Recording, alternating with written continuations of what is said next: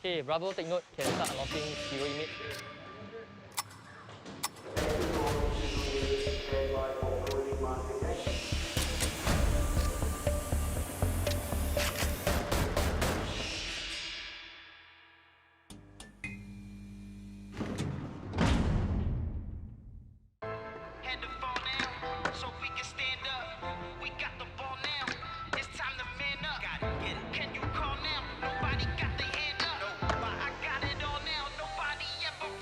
Skateboarding for me, it started as a hobby. To reach professional standard, I need to join a lot of competitions. 2009 till 2011, that's where I started to get recognized in overseas. So from 2011 till 2014, I managed to get skateboarding sponsorship from local and overseas. Usually for a skateboarding shoe, we must have the right sole. Much more flat than this, then it's not slippery. For exercise, I don't think it's helpful. Outside you can smell like, the bus field, the grass, the trees, cigarette smell, perfumes. Prison you only can smell like walls.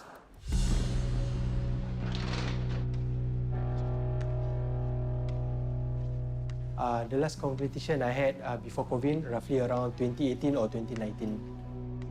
And then COVID started to happen, so there was no competition at all.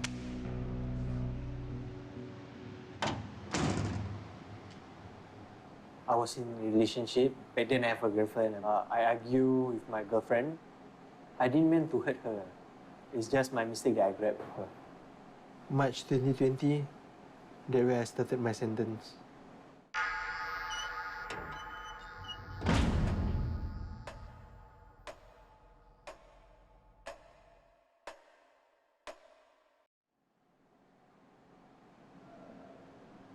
It's a one-man cell, and you're all alone in the cell. That loneliness, when you can't express yourself, when you need to talk to someone, you're stuck. And I feel I'm a bad person. I think I make a lot of mistakes. I have to accept this is my punishment.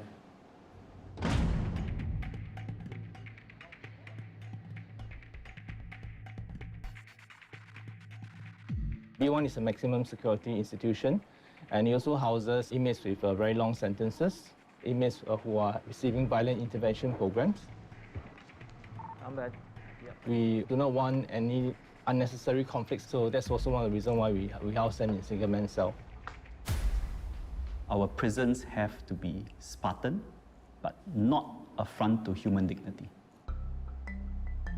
It is, as you can see, bare, it is simple, but at the same time, prison's conditions has to facilitate rehabilitation.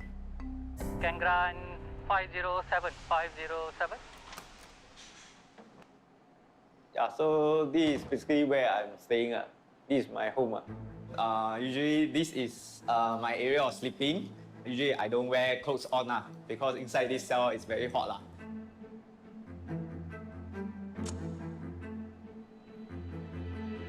Usually like 4 a.m., 5 a.m. I wake up already. So we have nothing to do because it's very dark. So we try to go back to sleep.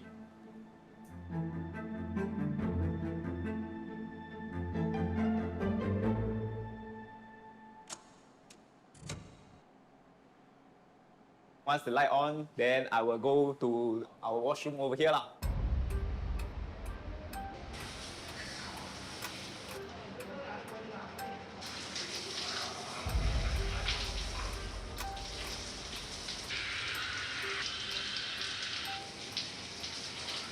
So once we bathe, I brush teeth, then I will come back to this area again to read my Bible.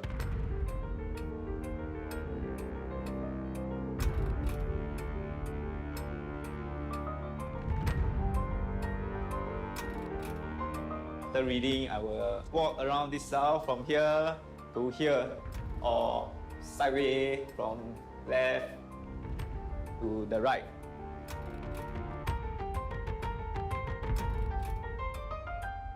And when I'm boring, I actually did count lah.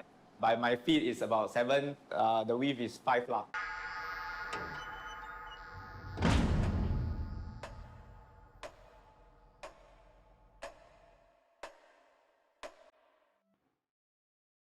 From 7 to 7:15, we have started with a mindfulness practice. So there is a music will play.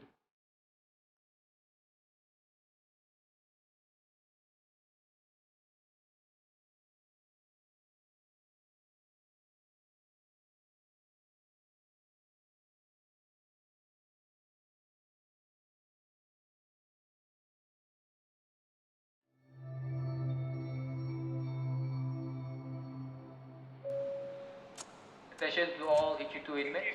Stand by for the morning master check. I repeat, stand by for the morning master check. You are required to stand up with your t-shirt tucked in and greet the officer. Okay, master. Okay, good morning. Good morning. Master check is a process where we account for the inmates' head count in our prisons. So let's say, for example, if I have 150 inmates in my housing unit, I must make sure I have 150 head counts accounted for. Morning, sir. Good morning. Not just seeing them, I also need to make sure that they are responding, get his acknowledgement as well. Morning, sir. Good morning. To make sure that he's not feeling unwell or anything. Okay, Bravo. Day room 1 master, total present 41. 41.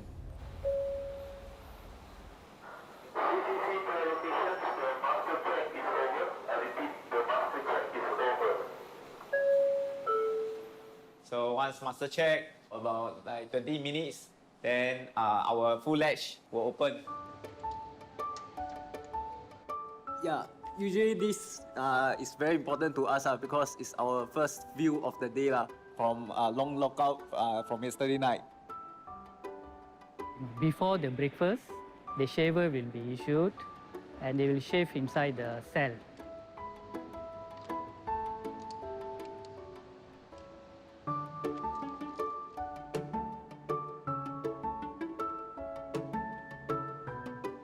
After 10 minutes, we will collect back the shaver. Around 7:45, so our attendants will issue breakfast to them. So our breakfast usually consists of 4 pieces of bread. So they will pass it through Our full latch. Morning, bro. Good morning. Then we will take our mug. So put it here. Once we given our destination tea or coffee, then we will bring in. After this door will close. I'll finish my breakfast, everything, I will walk again.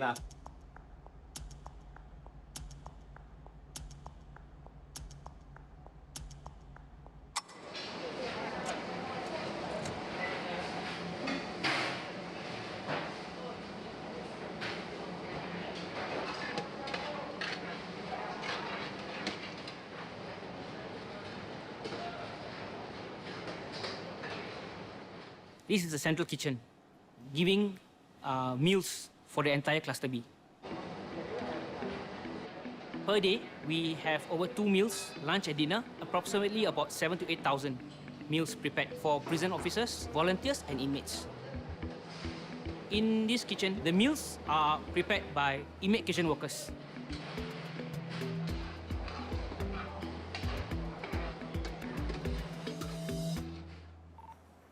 Staff you, don't mind, can close door 10, close door 10, open door 11.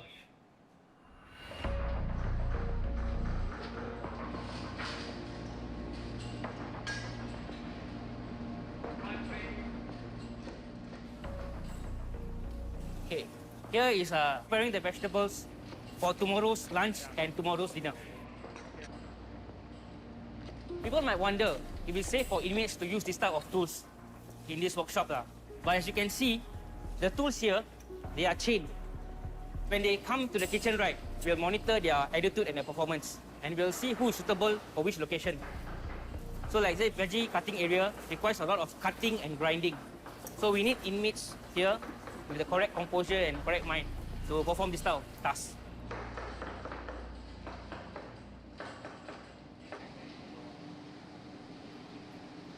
Okay, what's okay? Ready to pack the tray? Okay? Okay, now you can arrange. There will be chefs from the Singapore Airport Terminal Services, in short sets, who will be here to educate and guide the inmates on how to prepare the meals.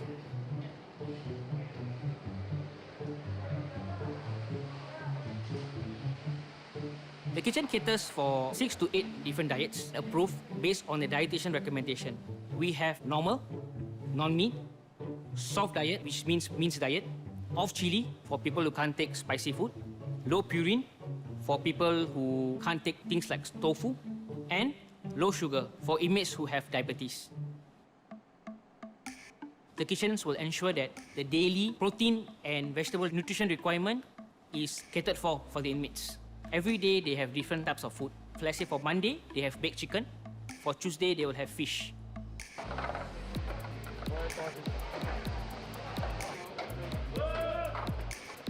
Food production is done on an industrial scale.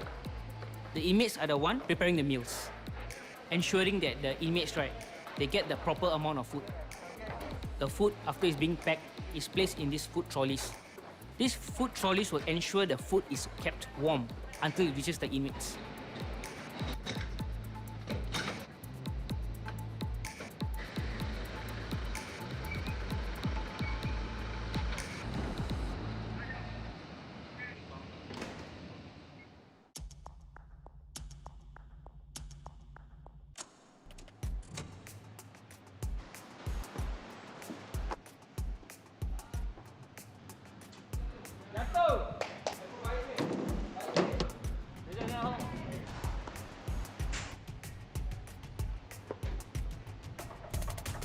So Wednesday afternoon, usually we eat mee or bihun.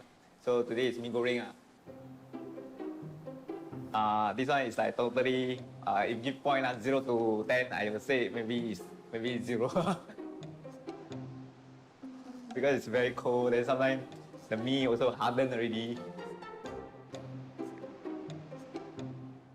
When I was doing those illegal stuff, was money was well to do, I do bring my kids because they love restaurants, the Western food. Mostly every day I eat restaurant. So compared to the food now, it's like totally one heaven and one hell. Usually after eating, I still feel hungry. Portion to me is not enough. For lunch, usually we don't have meat. Dinner time, we have 2 breast chicken or fish. Over the years, I really start to adapt the food, but eventually I still miss the food outside. The way we being served or what is like being treated as pet in the cage. For me, it's definitely hard.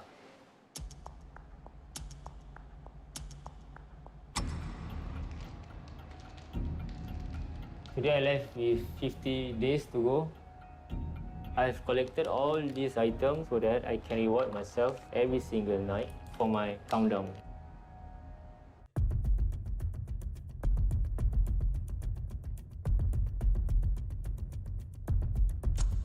B1 is one of the maximum security prisons. We hold about 500 plus inmates. Okay, Bravo can grab me day room 1 slider.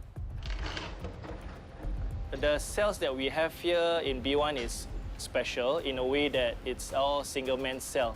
In other places, you have 3-man cell, a 4-man cell, and 8-man cells.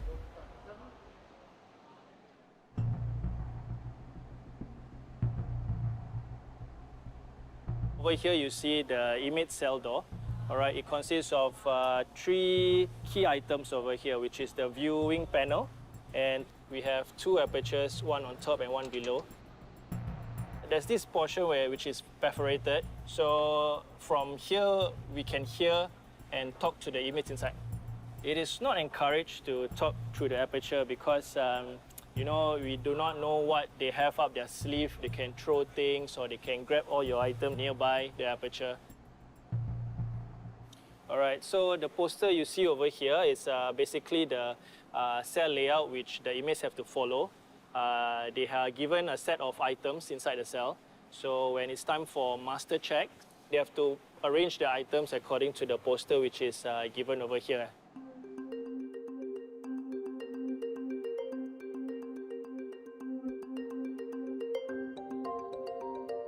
The inmates will be given a clear pail, a soap box, a mug with a cover. All right? It's transparent so that staff can see what they are hiding inside. They are given a plastic spoon, right, for them to use when they eat their meal. And we have a set of toothbrush and toothpaste. The toothpaste is made in a way that it's clear and you can see things inside. If they were to hide anything inside, it will be visible for staff to see. And if you see the toothbrush over here, it is made in a way that it's very short, because if they were to use this as a weapon, I would say pretty much it won't cause much damage compared to a longer toothbrush. Each inmate will also get 2 blankets, big enough to cover the whole body. Last but not least, we have the straw mat for them to lay out and sleep on the hard ground. If they want it to be more cushioned, then they will just fold the blanket in a way and make it like a mattress. This is the toilet area where the inmate go to the toilet and also take a shower. So the CCTV will capture everything inside the cell, including the toilet area as well. So if they go to the toilet to do their business, or if they were to take a shower, we can see everything. At night, the CCTVs that is inside the cell are equipped in a way that they can see in the dark.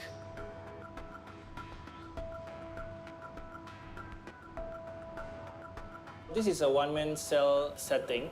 It can be psychologically small in a way if you are cooped up here for a very long time.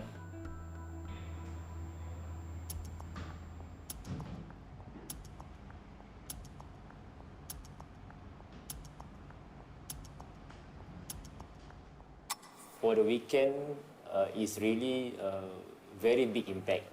Very, very big impact. For 48 hours, knowing that your perimeter is only this much, it really disturbs the mind and the body as well.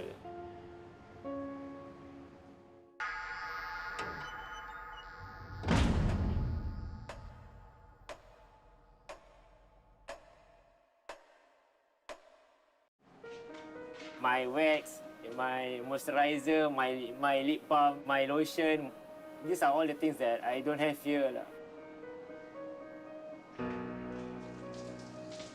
Before I came here, I was a fitness trainer. I was living a high life, a luxurious life.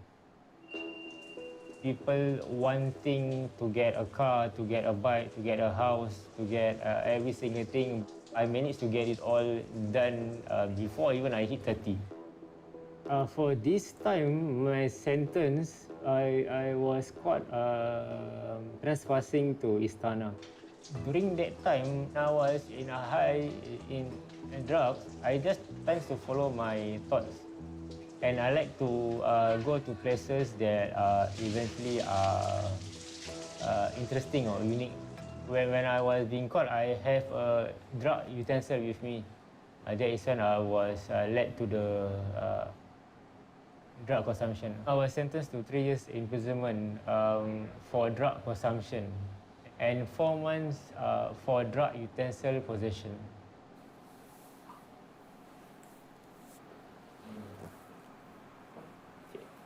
The blankets is the most, for me, important one because the blanket can change to become pillow. Then we have plastic spoon. Usually, I think you guys use only once.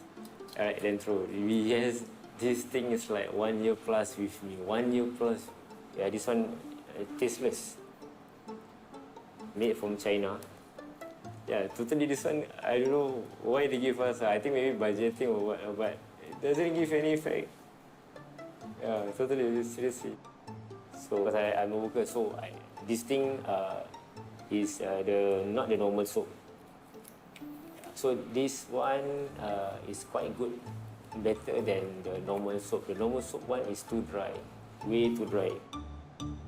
Scented soap is one of those things that motivate inmates to maintain their conduct and behavior in prisons so that they can actually go for work soon.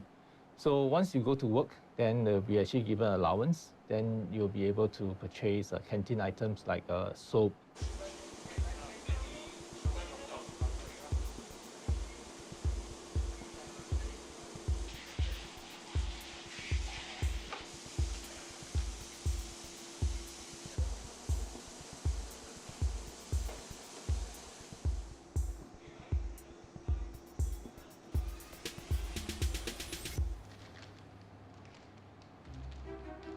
I got this goodies from the allowance that I had working as a peer facilitator.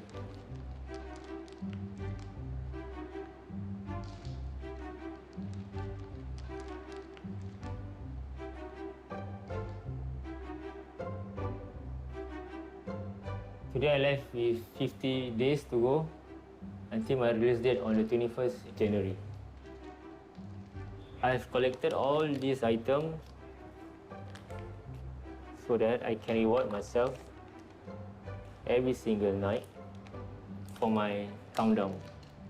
By having some rewards and achieving these rewards by myself, I'm able to eventually make myself think better during my darkest time here. Basically, I worried I forget I need to focus on the risk of me getting into trouble, fighting, arguing, and disobeying officers. Can be extension of 3 days to 7 days for my release date. Tonight, I'm gonna treat myself with biscuit. This biscuit. He is a very good inmate, but doesn't mean all the good inmates are good citizens. We have a lot of experience where the inmate obey, but after 2 months they come back. They fail to become a good citizen. He's a very good inmate, but what we are focusing now is we want him to become a good citizen. So that's our next challenge that we need to prepare him before he release.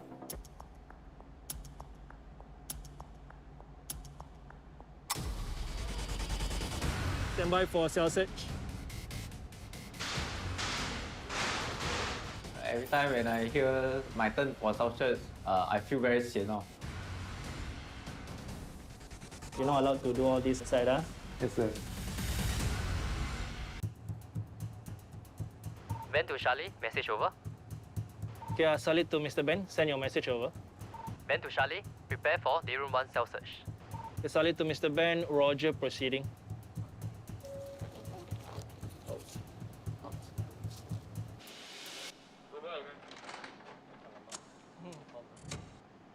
Okay, we're going to conduct a routine cell search from 507 to 511. Okay, Boon Keng, stand by for cell search. This is part of the prison's regulations that we need to do the cell search to make sure that they don't keep any contrabands. Contrabands can include excessive items or any items which are modified, such as a cell hook, strings. Okay, Bravo can grant 507 cell search. We want to make sure that the environment is actually safe for the inmates and the officers to work in. So every day we have a scheduled put it back on. cells to search. Okay, take out your Toigo box. Sit outside.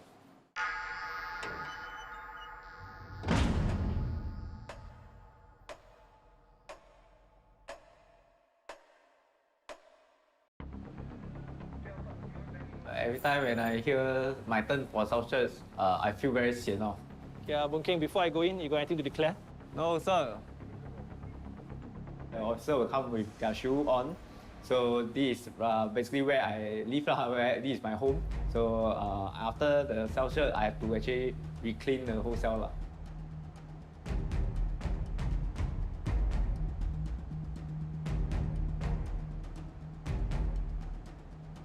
So normally inmates would like to keep things in any part of the door fixture. Usually the holes over here, right, they will use stapler bullets, or they can even put straws to use as hooks to hang things.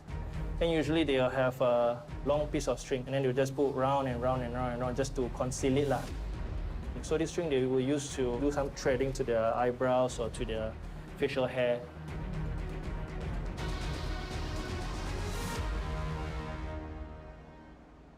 If caught with contraband in the cell, a report will be submitted against them, and they may actually lose opportunity in terms of the work program, or even have their out-of-cell activity, their yard activity forfeited. When it comes to the toilet area, this is where it gets more exciting. Like over here, you see an improvised hook, which is not allowed. Each cells, they are allowed to have 3 cell hooks. Okay, 2 at the living area and 1 at the toilet. So this is an extra one. I will certainly ask the inmates to remove this and pass it to me. And I will give them a warning.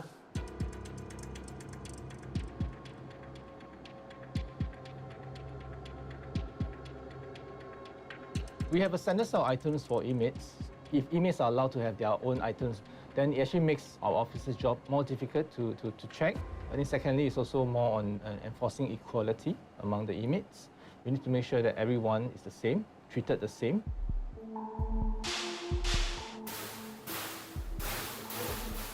The reason why I knock is to see whether there's anything that falls in or out.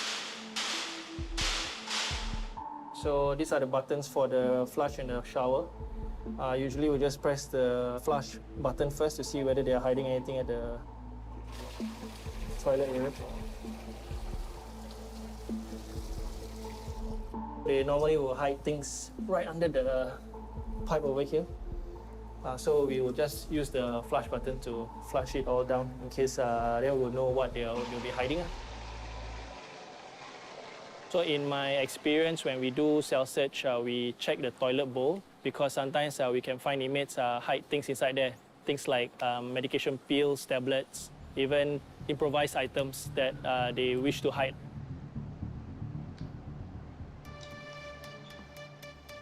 Okay, Boon Keng can come in with your to-go box. Chances are they are smuggling among each other, passing around without the staff knowing. They could get from any place that you can imagine. But this is all not within the radar of the staff. That is why it's very important for us to do cell searches every day, regularly.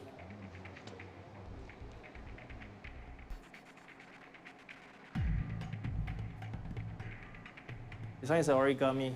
Looks nice, but you're not allowed to do all this inside. Yes, sir. For origamis and other artwork that inmates like to create, right, they are not part of the standardized items. And it's also part of inmates' discipline inside prison. So that's why it's not allowed. Let's say if an inmate were to keep a long piece of string that turned into a rope, you can use it to, hang himself. If there are things that are sharpened, that could also be a risk to us when we work over here. Luckily for the inmate earlier, there were no major contrabands that were found. It's just rubbish and a few improvised items that doesn't implicate security inside our housing unit.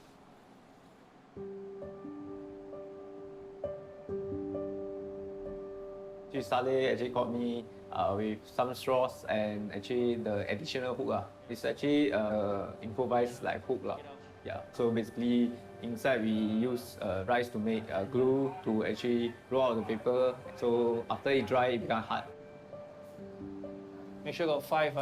For the straws is actually for counseling costs. We have this every weekly. If we have good performance, they will actually give us packet drinks. So the straw is actually where it comes from. I just feel that the hook for toilet is not enough because usually I hang towel to dry out. And when I actually go in for bath, I also have to take out my pants.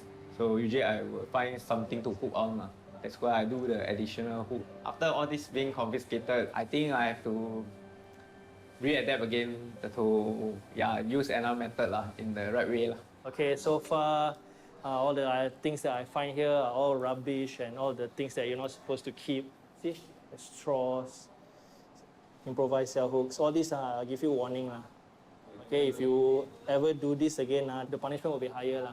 Okay?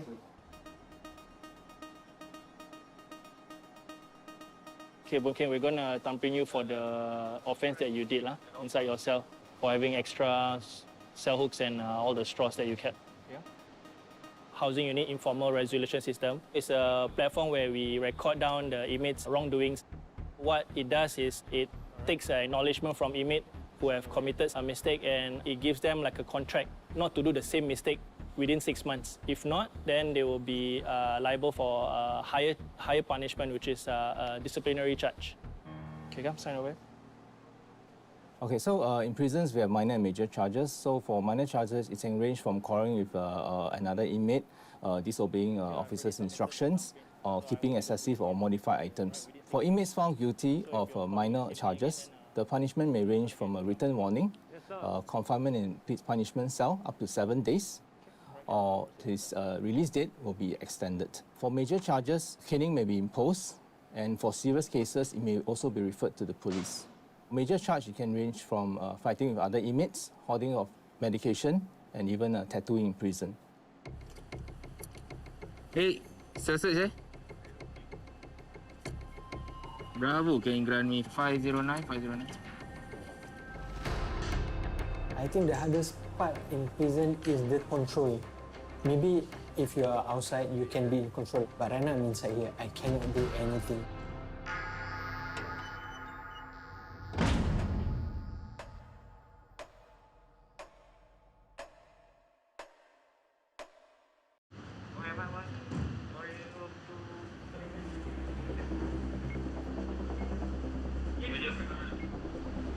Hey, you got anything to declare or not, Khai?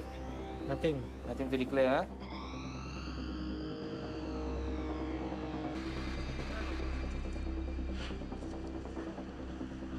Ni fruit, when? Semalam, yesterday. Yesterday one. You got 3. Which one is the oldest one? The one. It's not out, huh? Some of them do store quite a few to eat later in the night when they're hungry and all that. But they should only have 2. We cannot have them to keep it for too long because it could have stomach pain, could get them sick. So we have to remove this one because it's been a few days already.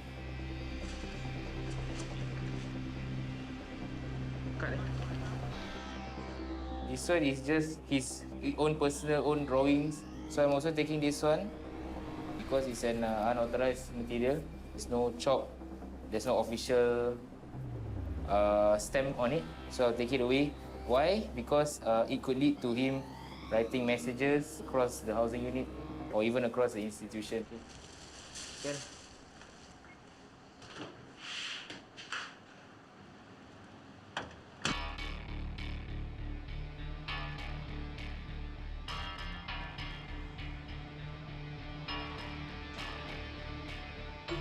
Plastic, stapler, strings, and A4 paper, all this we can't have in the cell.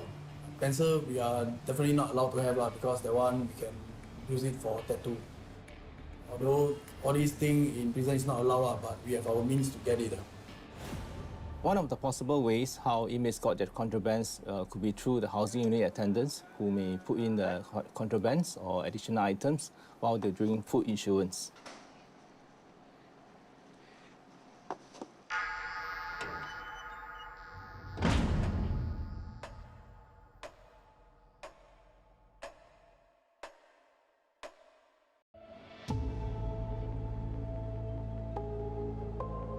Actually, everyone knows that this is against the rules. Bored in the room, boredom, then with nothing to do, then I just do the tattoo.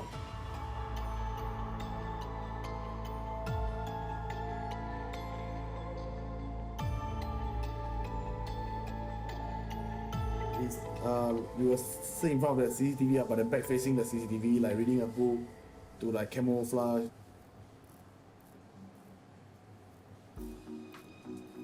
Some magazine will be thicker. We use stapler bullet like those you can find on some magazine. You have to be round and have to be thick.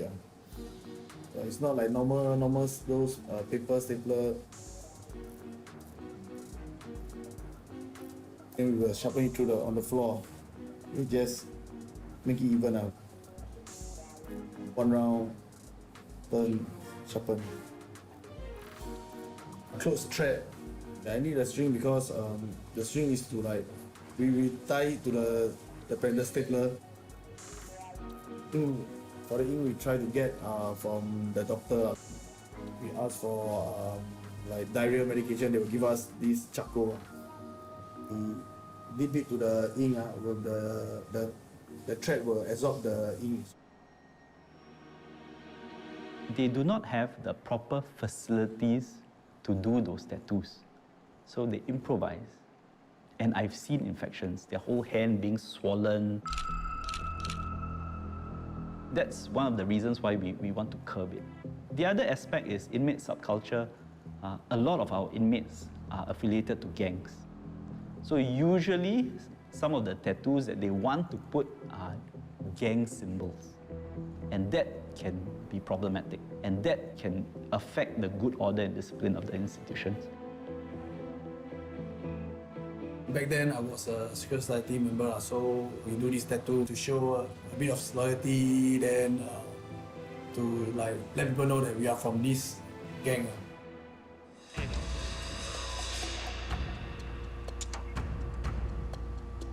Didn't really hide it properly. Then the officer saw it is like fresh wound, so they called me. My date of release I've extended for 21 days. And 4 stroke of cane. 4 stroke, I think nothing.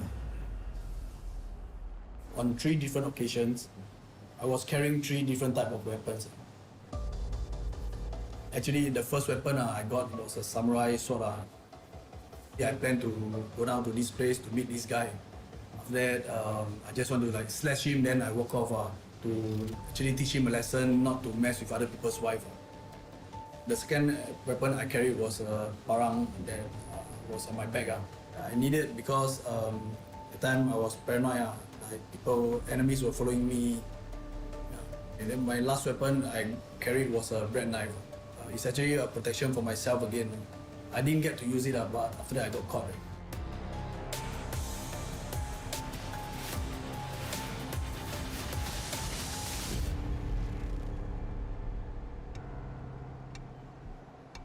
When you get caned, there's no installment. In total, I have 21 strokes of the cane. When you get caned, you can't scream, you can't faint also, and you can't appear weak. We are in secret society, so you have to be tough. If you all this you can't take, then in future other trouble, how are you going to face it?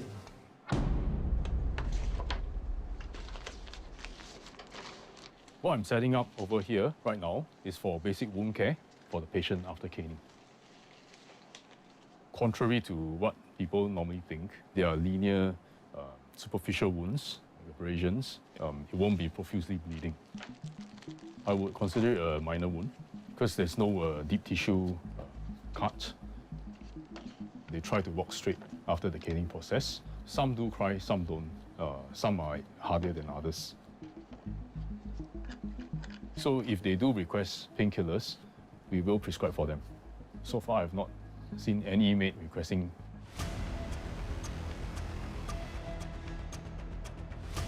Yeah, prison is tough for me, but as long as my family is out there waiting for me, what I go through is nothing.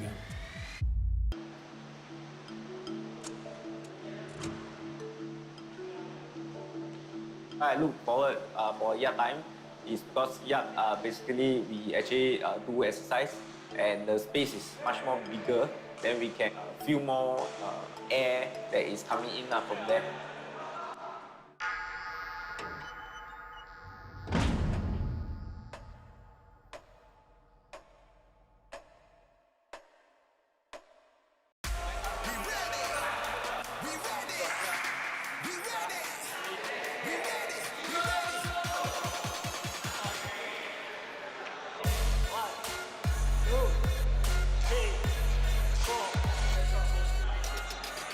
We're doing our usual exercise routine. So it's our own so-called HIIT, high intensive training. Usually 1 week we have 2 hours of yard, then twice a week. So it's 4 on Tuesday and Thursday. Okay, here's the yard time quite long, 2 hours. Yeah, we will make full use.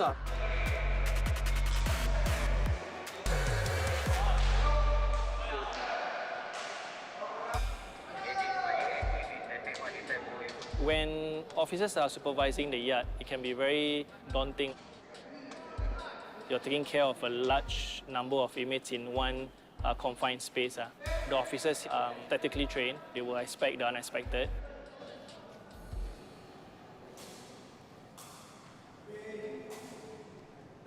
One, two.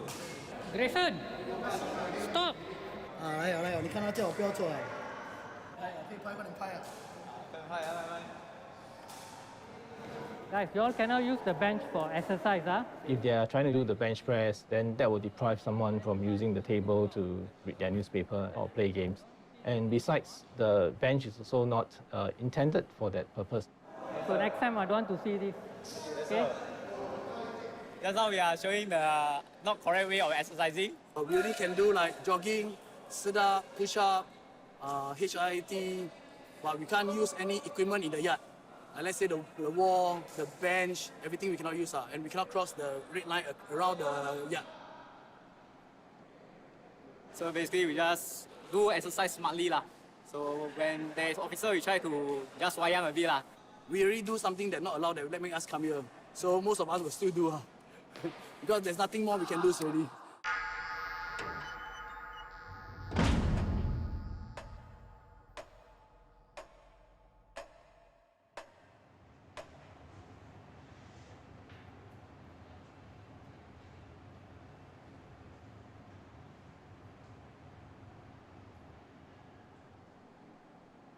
Okay, this is my portfolio.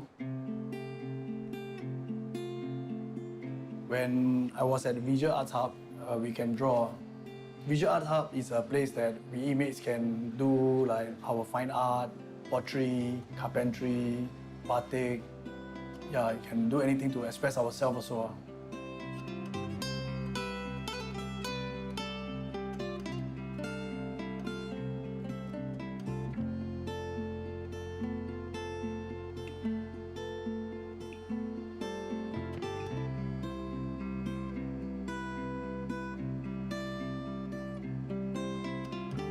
This is the picture of me and my wife. I use a pencil, knitted eraser. Photos is very precious here. Every month we have 20 points. If we not get charged or anything, we'll get 20 points. So you have to accumulate 60 points for one photo. 60 points, it takes about 3 months to accumulate. Yeah, so you have to maintain your conduct. Like 3 months, yes, to get just 60 points, then you can redeem for your photo.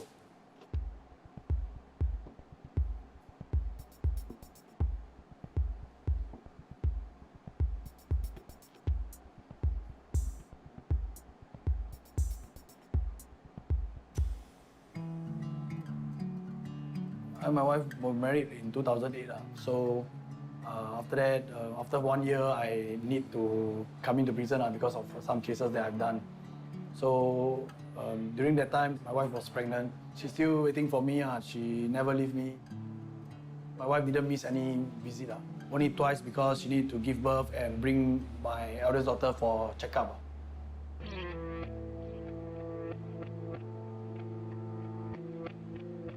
I use money to show my love to my wife. Whatever she want, like those branded bags, all these, I just okay, let's go. We go and get it. We provide their living, the house, grocery made, everything. I can feel like some of my wife don't have to work. And slowly, I start to fall back to drugs. Slowly, everything gone.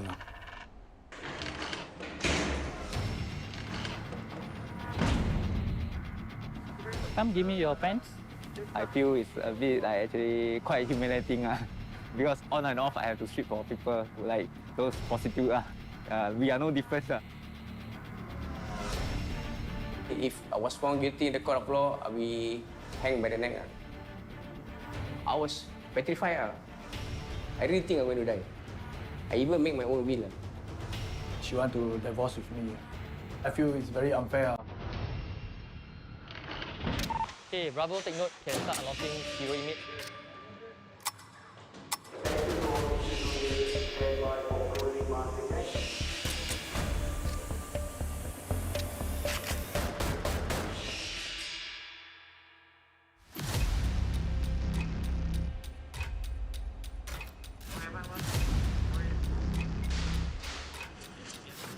anything to declare, not Khai?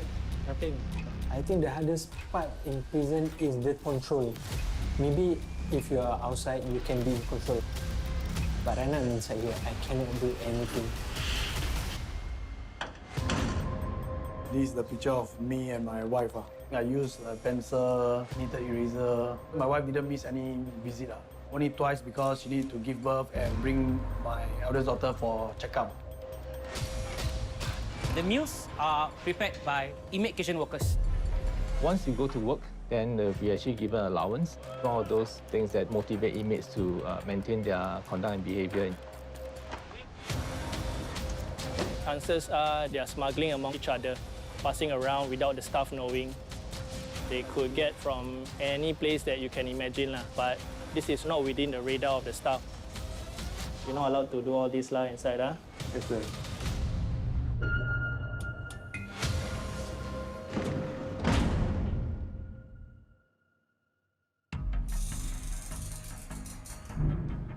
Okay, Ashraf can grant 507. 507. 507, standby.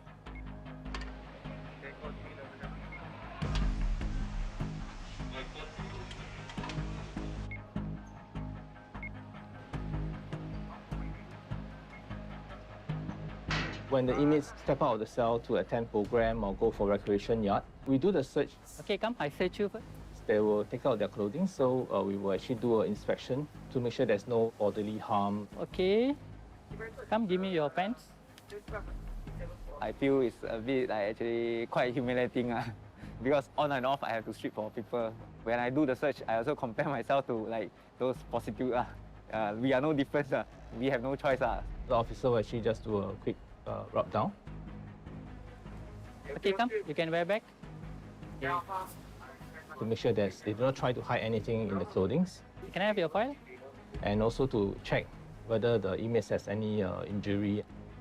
So it's really more for the safety of the inmates and also officers. Yeah, guys, just follow through. Corridor. Okay, come, can proceed.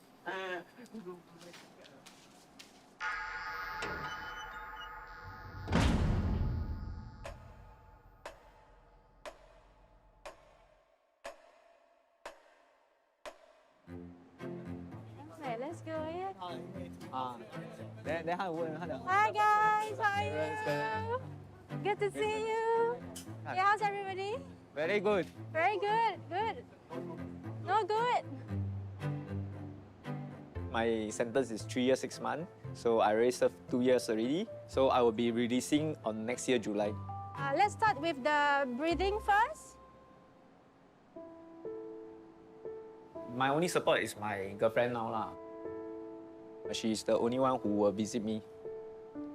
Imagine yourself sitting on the grass. The class that I run currently is on family violence intervention. In front of you is a river, a small river. Generally, we will start off with a mindfulness-based activity. Basically, is an activity that allows them to work on if they have issues with rumination, like thinking too much about the past or worrying about the future. Just notice, how does the river look like? While doing mindfulness, a lot of things like the past, the remorseful, the guilt, then will come to my mind. What did you hear? Because we come in here, then there is a separation of time with our family. Like for me, I left my daughter alone outside for 2 years. So there is this guilt that why I cannot be a good father. That supporting her outside, helping her, guiding her.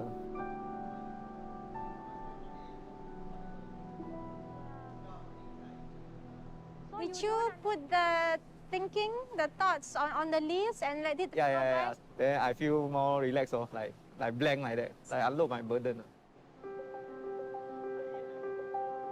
Why I taking this course is because one of my charges this time actually involved family violence. My ex-wife divorced with me, so there is actually bad terms. She's trying to stop me from seeing my daughter. Enraged, I will bang the door, I will shout at her like that, ask to see my daughter. So after that, probably she's like worried and scared that I might do something wrongly lah. It actually kind of like helped me to reflect a lot of things, rights and the wrongs lah. So maybe let me reflect that the way I treat my ex-wife, probably there is a lot of like wrong step lah, or miscommunication, or things that doesn't do good lah. Yeah. So probably the change is start with me lah, I guess. Yeah. All right, guys, with this we end the session. We'll see you again next week, okay? All right, take care, please.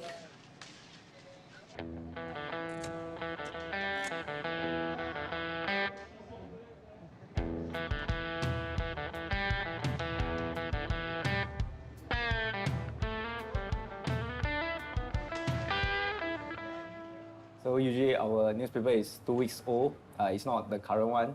So I was flipping through, then I happened to saw this familiar face. When I saw, I was very stunned. So I cannot believe it's my mom. So I flipped the paper away, trying to tell myself it's something I saw wrongly. Because July, I just contact her. Then when I saw this paper is on October, so I tell myself, cannot be things happen so instant. But after that, I turned back because I really want to confirm. So after that, I just saw my name over here. Then I know it's my mama. So she passed away last year on October 14. At that point of time, immediately I actually went to one corner. So I cannot control, so I cry. So I just let out.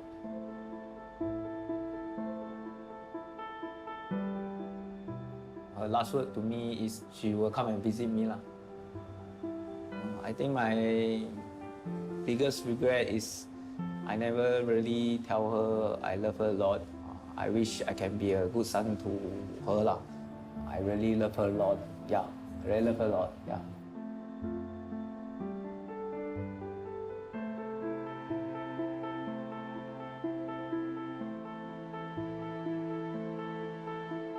And I cannot turn back the time anymore. Then for now, I only can tell myself, for her, I want to change and let her have her peace. I don't want to fail her anymore.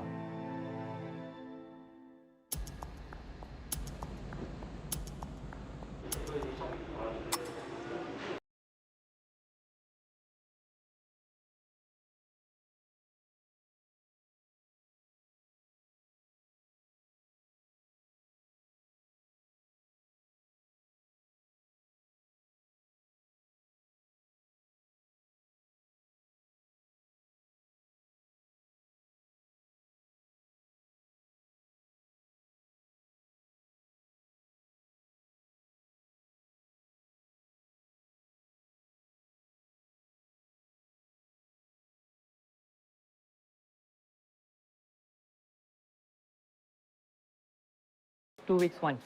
Some portions of the salary will go for their savings, and some portions of the salary they can use to buy their snacks. $5 to $6 for a week, that's their salary.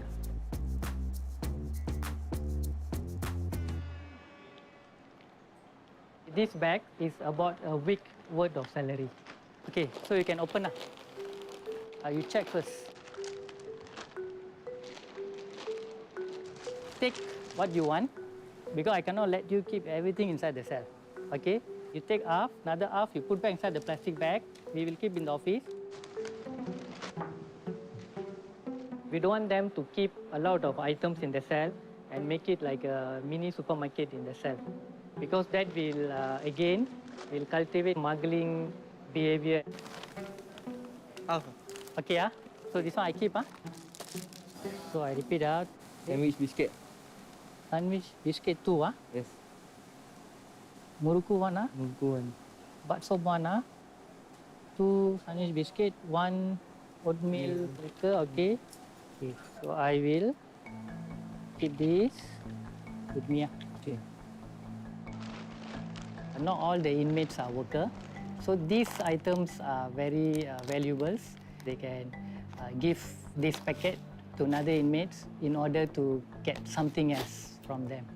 Even medications, where they can also trade through this. So we are very strict and we are very observant on all those things lah.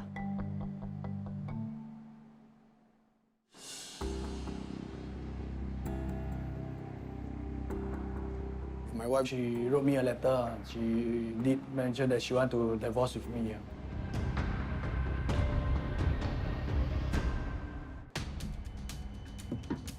So my daughter always curious, she wanted to know more and more.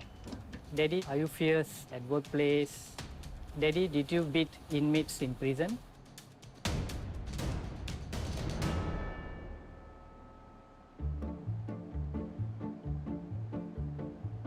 Problem you need to drink, no need to how to drink. 90% case of people imagine 1 week or 2 4 times, 1 month 16 times, times 6 months, I'm going to stay here 96 times, I will get diabetes. Because the taste is totally sugar taste, no taste.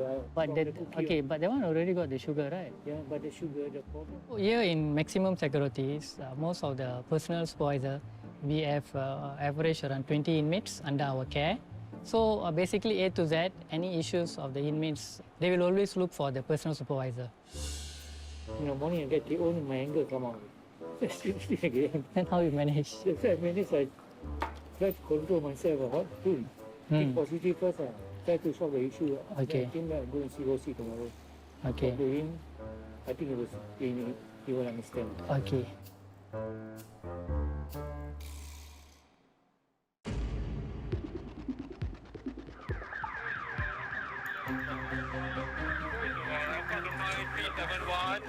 Okay, come fall in into hands on your head.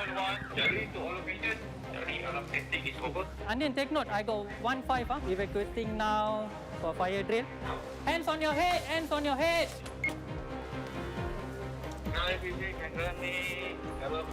Okay, day room 1 all clear, no inmate inside. I check all the cell already. All clear already, all lock up.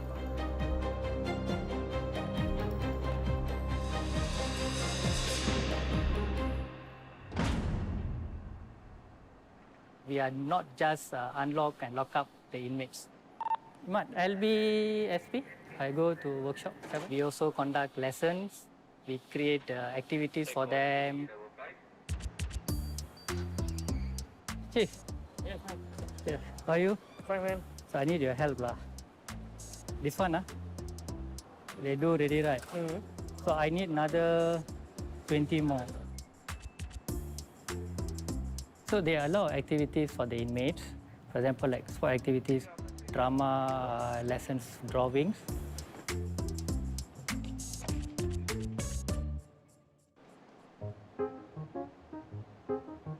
Okay guys, good afternoon. I just want you all to share how you all feel when you do the painting, before and after the painting lah. Okay, I saw some of you all completed. Okay, and I saw some of them still haven't completed yet lah.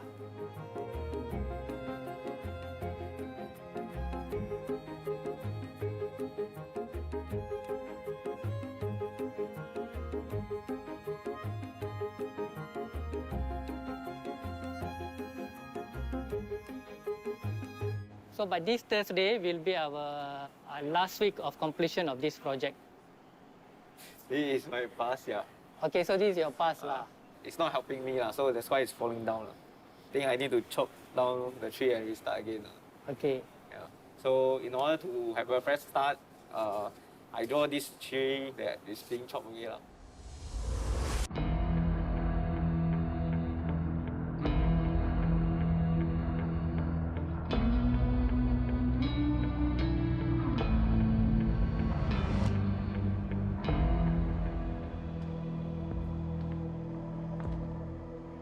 This is my 4th incarceration. My first incarceration when I was 18 was on 2008. because they say that you have to go prison to seems to be strong. So I quite looking forward for my imprisonment.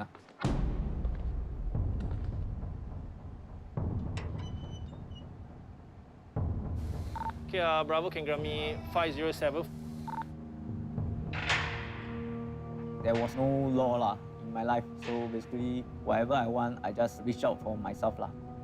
I'm the rules and law because I was on drugs. When I am actually short of money, the easy way out is to go and theft.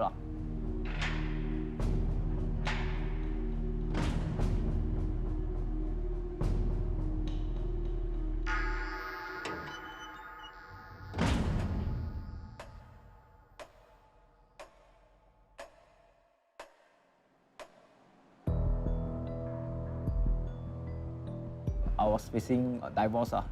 Then my mom also got cancer. So I maybe don't know how to handle my emotions. I start smoke drugs just to immobilize myself. And for this time, I feel that I really need to change because I tired of the keep coming back. Because of drugs, I actually lost my mama. And I lost my daughter custody. So I told myself I don't want to fail again for these two people. For this incarceration, I don't have any contact with my daughter. I love her a lot. Before I come in, every weekend, if I can, definitely I will bring her out, make her happy. The last time I saw my daughter was a few days before I get caught. My daughter told me and tell me, can you just don't commit any more crime? But then when she said that, I already commit the crime. So this 1 year plus, going to 3, she never come and visit me.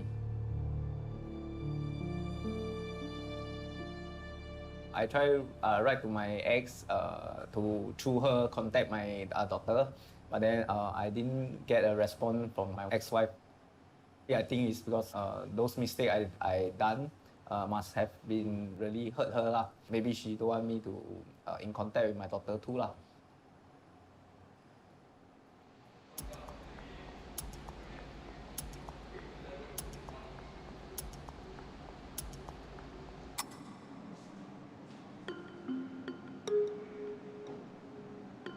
If my wife miss a visit, miss second visit, when she miss, I feel very disappointed. Grayson's goal is to strengthen his relationship with his family, to basically to be a father and a husband.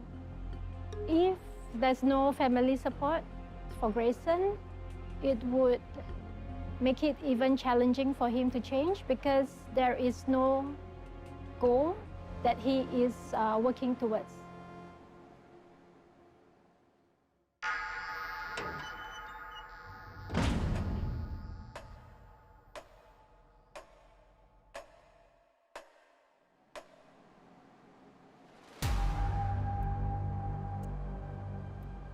My wife, she wrote me a letter. She did mention that she want to divorce with me.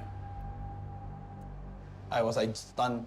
I don't know how to answer her. She had waited for me, not only this sentence. It's been since 2009, when she first got pregnant, I was inside in prison already. I just left 1 year plus, then you do this. If you want to do this, must well do this when I was just sentenced.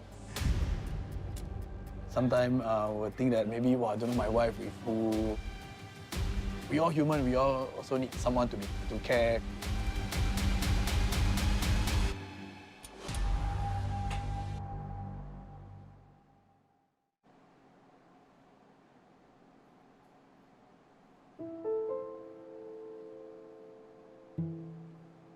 I went to approach the psychologist to ask them, what should I do for this marriage?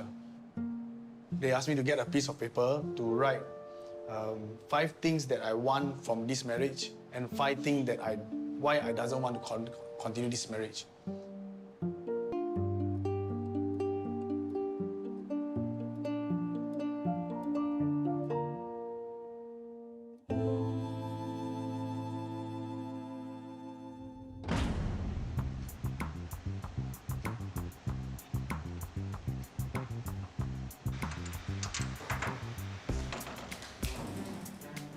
Okay, thank you.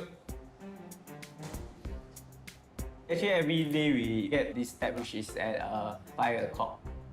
Every day we only can use the limit of 1.5 hour lah. We have this so-called info center. I will check it out on the info news every day lah. After that, then I will check anybody got write to me lah. The one who write me most is my girlfriend lah.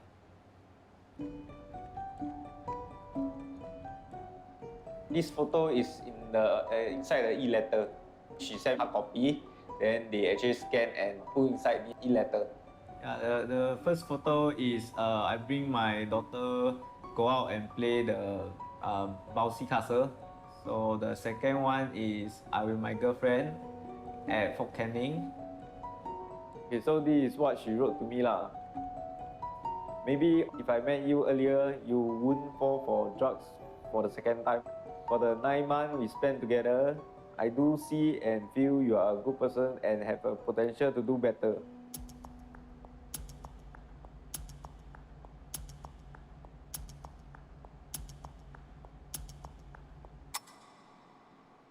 So basically, I have to read my girlfriend letters for a few days, then after I reply her lah, like one shot lah. One e-letter we can have about 8,000 words lah. So I will try to use out my maximum, so in order to not left out any spaces lah. My name is Muhammad Iskandar Mehmet Sultan. Apprehended for drug trafficking. Resigned to my fate lah, because it's hard for most drug traffickers to escape the gallows.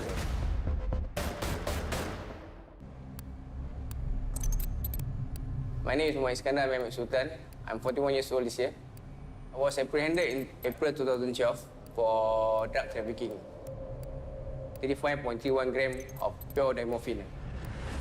Basically, if I was found guilty in the court of law, I'll be hanged by the neck.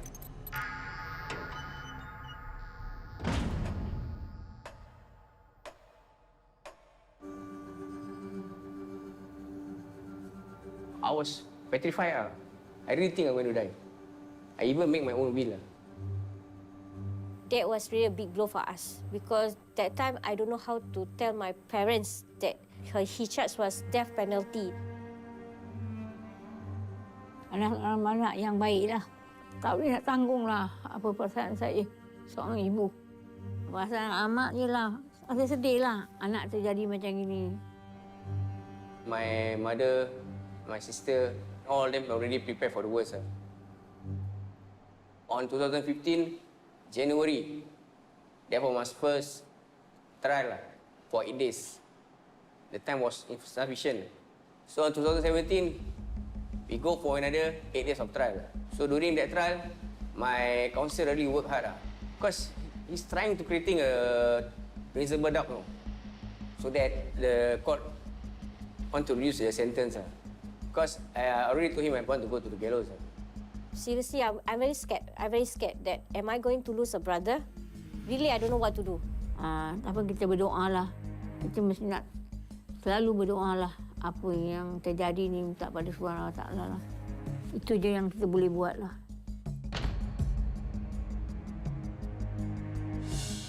So after the second tranche of trial, we went to a third tranche of trial. That was on 2018 June. Then I saw my counsel came out from the judge room. He told me that, Iskandar, now they decide to give you an offer. 27 for the trafficking, 1 year for the consume and possession to run consecutively. And lucky, the judge give me 24 years for the second trafficking and 1 year for the consumption and possession. I take the offer. So from High Court, they send me to maximum security.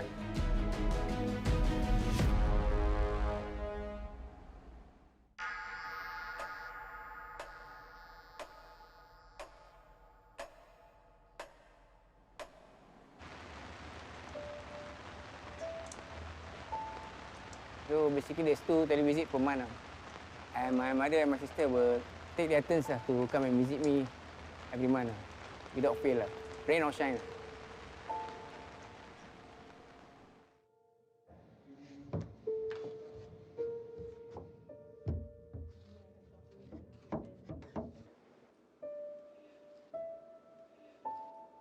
Assalamualaikum. Waalaikumsalam.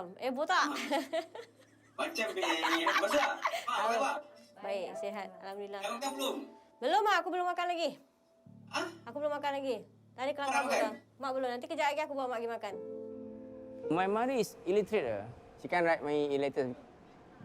In our prison for 5 times, she will come and visit me. And usually she will say, when you go in again, I won't visit you again. But when I came in, she will come. Ni yang Mak baru dapat tadi gambar kecil-kecil kau. Gambar kau, gambar Mak gambar Mas Surah. Birthday. Mak, buang. Kau tengok gambar kau kecil-kecil. Kau tak ada si Mas Surah. Nak buang tak? Datuk buang sikit. Asal nak buang? Ngaruh. Habis aku cakap apa dapat gambar tu. Kecil-kecil kau baik. Dah besar kau jadi hantu pula. Pasal kecil-kecil baik lah. When I was kid, I was afraid of my mother. So as I grew up, the relationship changed to like the conversation is like a friend conversation. I try to make joke to cheer her up. I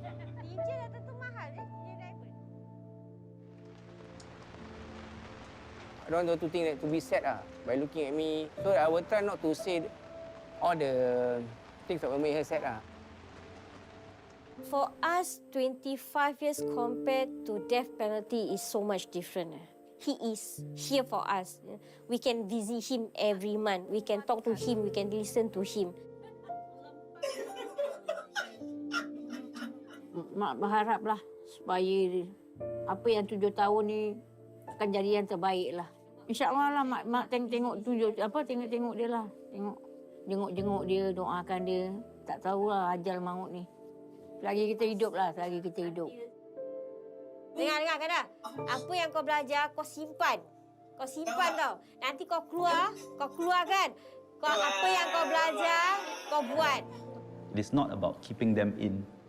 It's about preparing them to return to their community if the family is intact and supportive and welcoming for the inmate.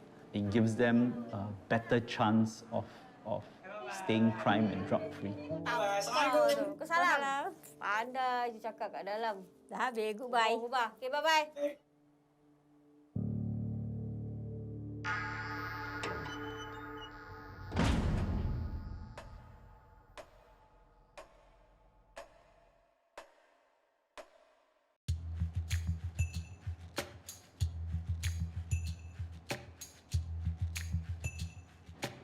You asthma? Long time we Previously, they don't share anything to the officer. The moment they come inside, they see blue uniform. For them, it's like an enemy, you see. How are you? Still lot running in my mind. But now, it is changing. They are sharing a lot of things. So as a personal supervisor, we interview them 3 months once. But sometimes when the inmate have issues, they can come and request to see us anytime they want. Yeah, I lost so much. I already lost my dad. Okay. I lost my house. I lost my mom. You need to think about your daughter lah. Someone she already lost me. What's the point? If you get what I mean, what's the point? Rather than I share my pain and she see my pain, so I just put it in, and that's it. No, you cannot say like that. That's wrong already. I will kill myself. I will just end my life.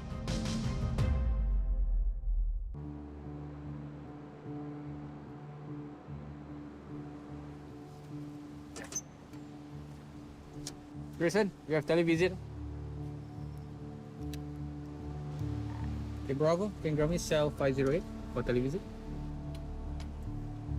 Yeah. After that day, she said that she wanted divorce. Never really think that she will come already.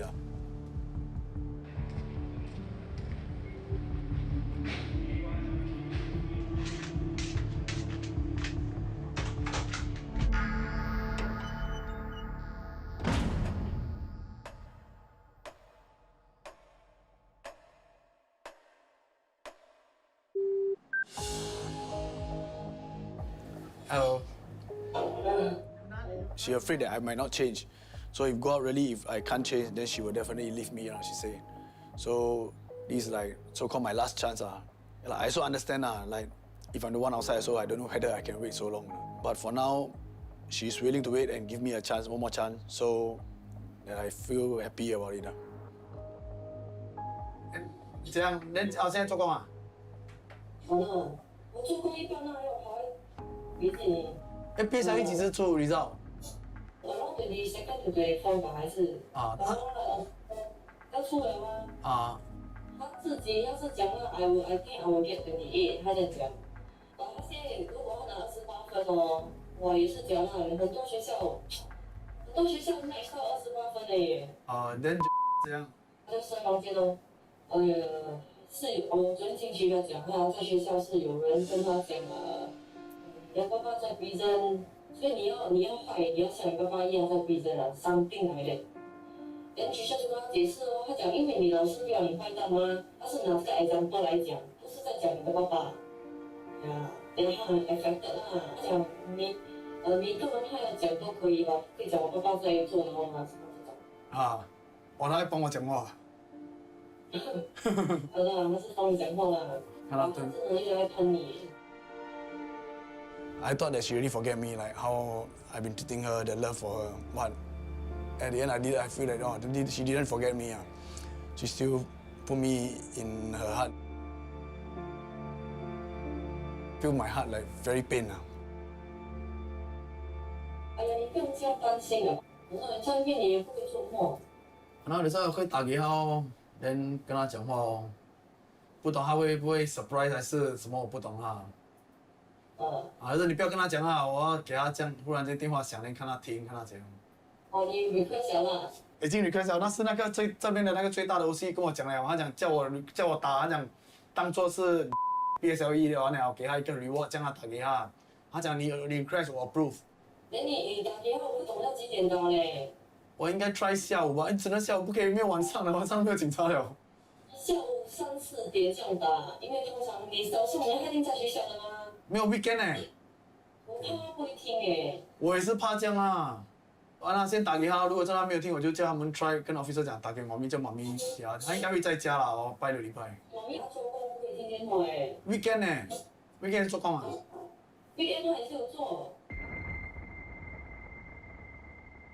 Hopefully by this weekend I can make a call, then talk to her and tell her everything.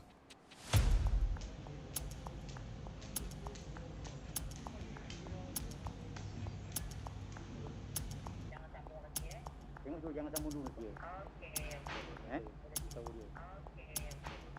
Boleh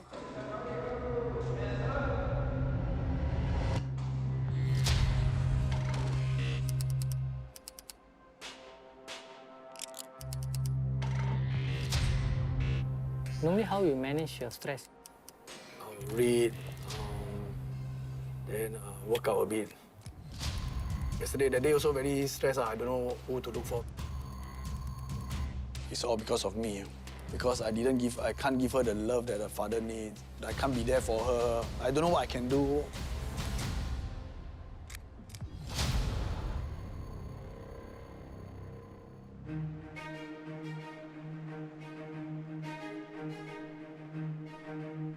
After the visit, I look for officer. Hi, Graceson. Sergeant Mutton came. I don't trust people so easily. How are you? Okay. Although you forget the request or he will ask you, you did request something, right, that I've forgotten. He's a very good officer. So I trusted him, I share with him a lot also. I don't know whether also it does affect because when I got caught, the commando team all come out, they take the shield, they ask the children come out, but the police all go in. They all saw everything. These few days, going home late, I don't know why, sometimes she locked herself in the room or toilet, then she start to scream. Then my wife tried to talk to her. She go to the toilet and scream again. Because she followed my wrong footsteps. So I gone through, then I mix with a lot of people, then I see a lot. So some of my daughter is a girl, so I'm so scared. And some more, I with my daughter already few years never really communicate. When last time you meet your daughter? Ask myself, it's been really very long. If I'm not wrong, it's about maybe last year. When there's nothing to do before sleep or what, we think about all the past. I'm the one who spoiled everything, It is like a pressure cooker. If there are other issues that they encounter, for example, problems in the family, it would result in a pent-up, frustration or extreme sadness that they may not be able to know how to express. So what we do is to help them to talk about these things, at least releasing a little bit of this pressure so that they can function normally.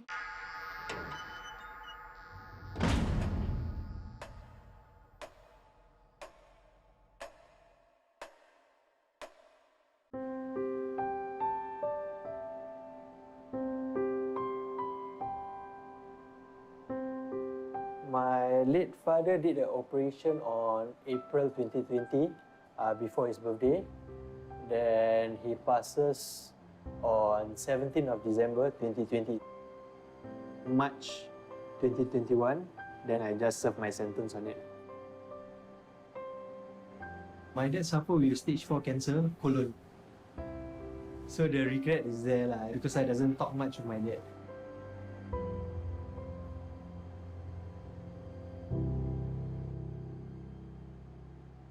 After my late father passed, my stepbrother took my mom away. Then I'm not close with my stepbrothers. So the contact between me and my mom is very limited because I don't know where's my mom. So I don't know how she's coping.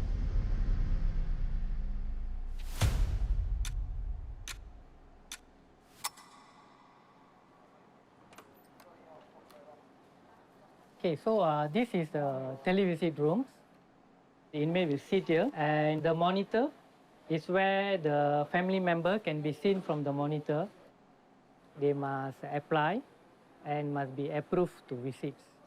Basically, there's an age limit. It must be 21 years old and above, where they can become the main card holder. Card holder means the visit card will issue to the family member. So basically, one card for one inmate.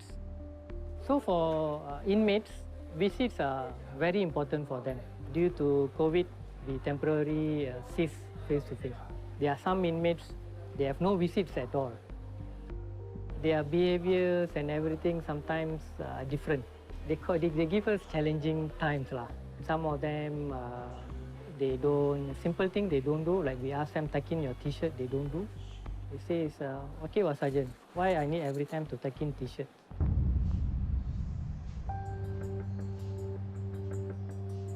It's a one-man cell. That loneliness when you can't express yourself to talk to somebody will not there. You can just pick a phone and say, how are you doing? You take things for granted until you end up here. If you want to visit, you need to have a main card holder, the age of above 21. So my daughter is only 12. And I'm still waiting for my friend or my cousin to visit me. But I don't know when yet. There's no visit, the struggle is there.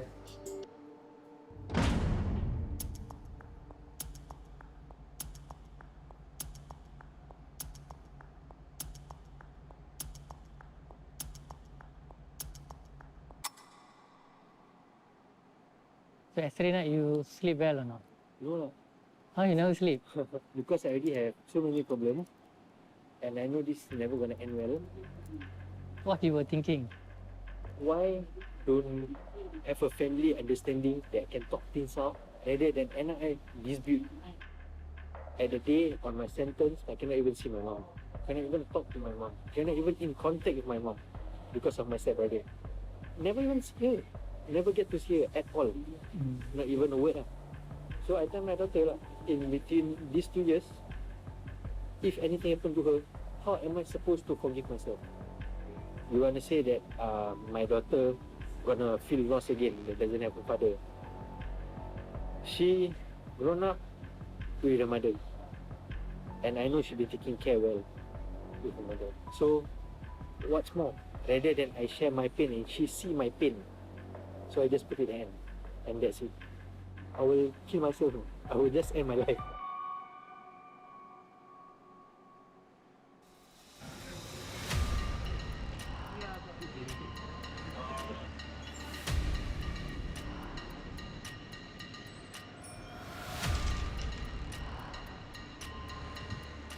Hello, good morning. Can I speak to Ma'am Rashida?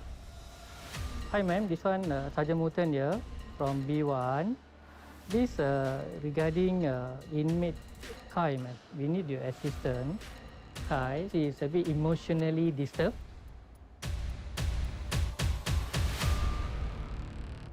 So when there's concern about safety, usually officers will respond first. If need be, if they need support, that's when our psychologists will come in and support them.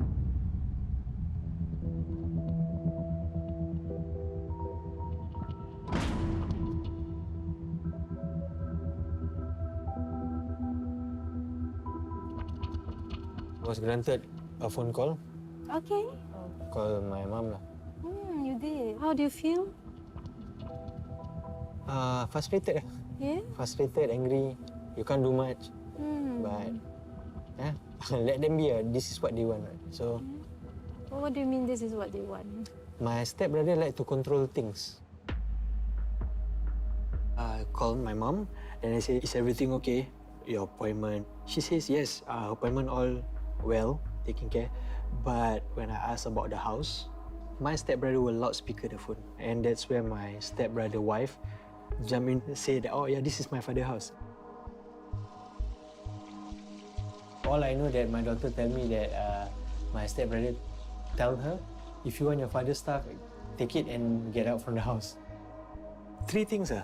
First is the things that cannot be bought. It's my memory with my family in that house, and I grown up there. The 10 minutes of a phone call is just come to waste. My worry is to start all over again, back to square one. Because I have a daughter who gonna stay with me soon. And if I doesn't have a accommodation to stay, how am I gonna support my daughter?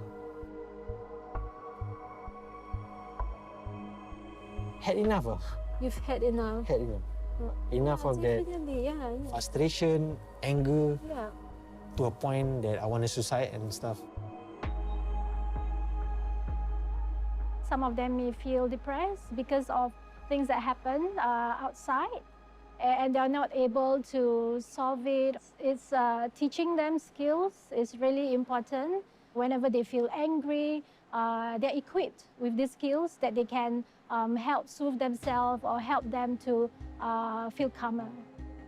Outward anger is when we use violence on others, and for yourself, this frustration and this anger.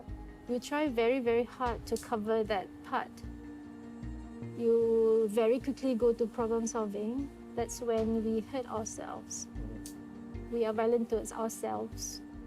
When you experience a strong feeling, maybe sadness, that you stay with it, that you allow yourself to feel it, and it's okay to cry. While you try so hard to not be violent towards others, but you do that to yourself, think about hurting yourself.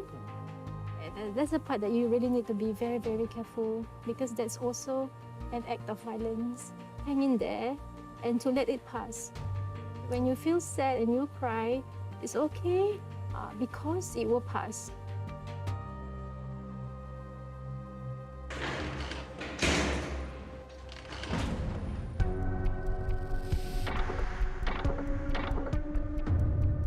Just a minor thing, a small thing that I need in myself. It's a hook. It's not stick already, the double-sided not drop. I look for the officer for help. Then the next day, he just treat that nothing happened. Don't take things too personal, okay? So 1 time, 2 time, I okay lah. I read by the 3rd, 4th, he never do for me. Very pissed off, very, very pissed off. Worst thing, maybe like I get to hit him or what. Okay, Bravo, take note. Can start unlocking hero image.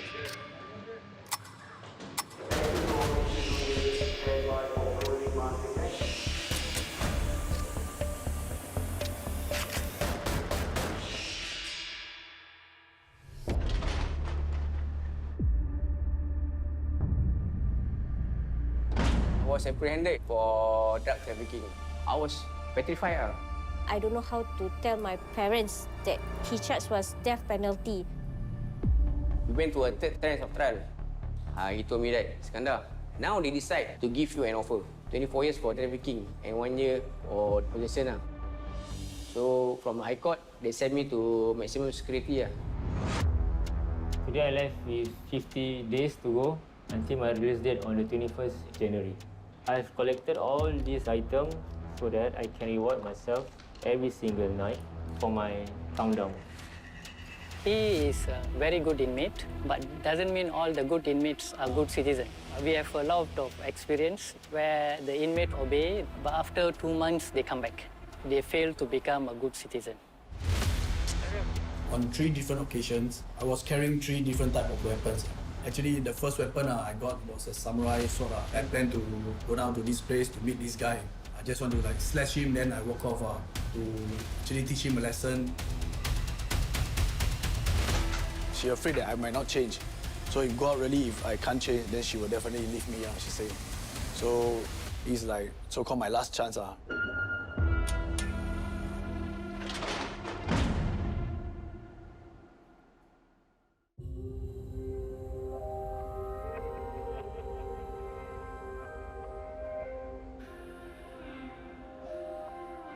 Hello, how are you doing out there? Everything been fine for you? How is our daughter? What school did she get into? Does she miss me? Are you still very angry on me? Still very hate me?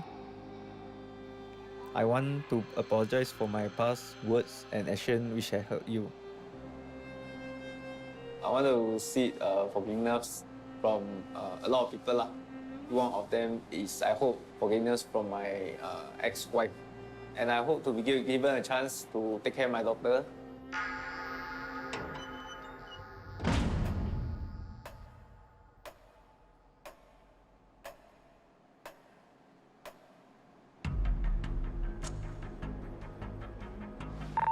Okay, salute to Bravo.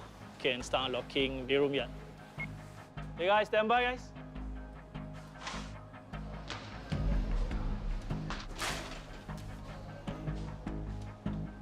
Okay, once ready, come fall in.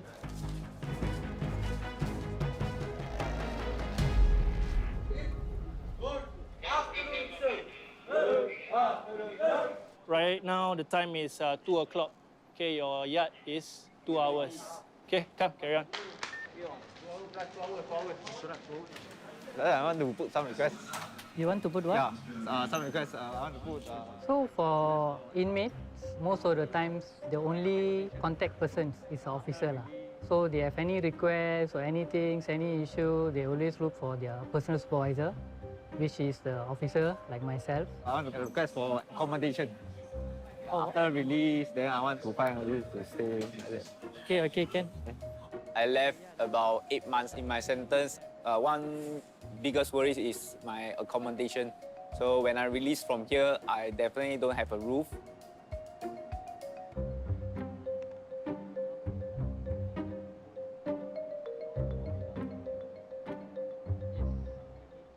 Just to check, how about your family? Where does your family stay and everything? Because I very long I never go back home already. So yeah, my only support last time is my mama. So but then she passed away already. So I cannot actually go back to home. Oh, your siblings? Any of your siblings? Anyone? We are not very close contact. So you have no contact with them? No.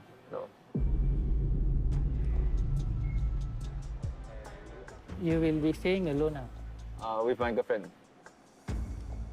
Because I have a fiancé waiting for me outside. So my first only step is to actually stable myself first. Then that is where I was explore the others' plannings. They will arrange an interview with you. Then you explain everything to the social worker. Okay. When outside, I don't have accommodation, so I don't have enough rest. I cannot really concentrate on my work. So without work, definitely my money also facing issue. So that is where all my negative and crime mindset come in. So that is why I repeated my offense and coming back here. All right, gentlemen, today is your reward redemption day. We're watching a movie. Good job on accumulating enough points for the movie session. Keep up the good work and your good conduct. Any questions for me? All right. Thank you, sir.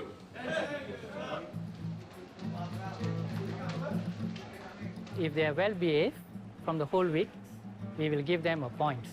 On the Friday, they can choose what rewards they want.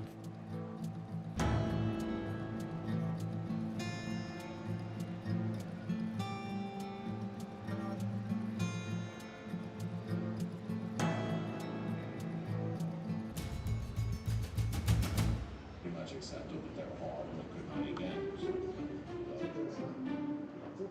This one is considered our lucky day. So usually it's about 3 to 4 months once. Although inside here we watch the movies, all is like very, very bad directed one. To see movies is like something very precious to us. Nicer than watch in the cinema. Yeah, maybe this, when we lost something, then we appreciate something. When you hear the thud, you get in your life. Now we're having movies, so it's related to our programs.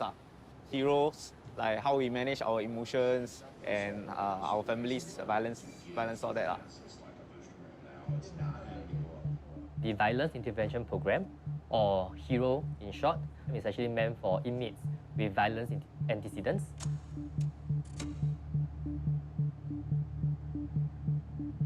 So they will actually undergo this program with counselors to help them understand their offenses better, train their cognitive abilities.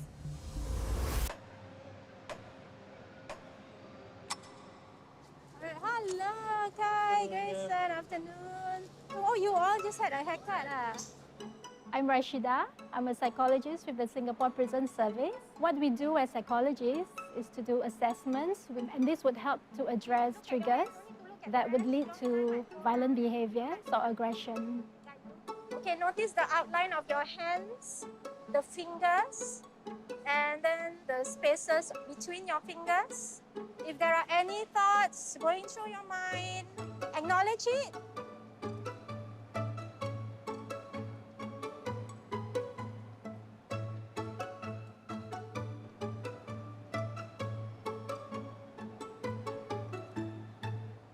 Would that be something that you would be doing next time? To be honest, no. Because it's too detailed. Too detailed? It might trigger other things.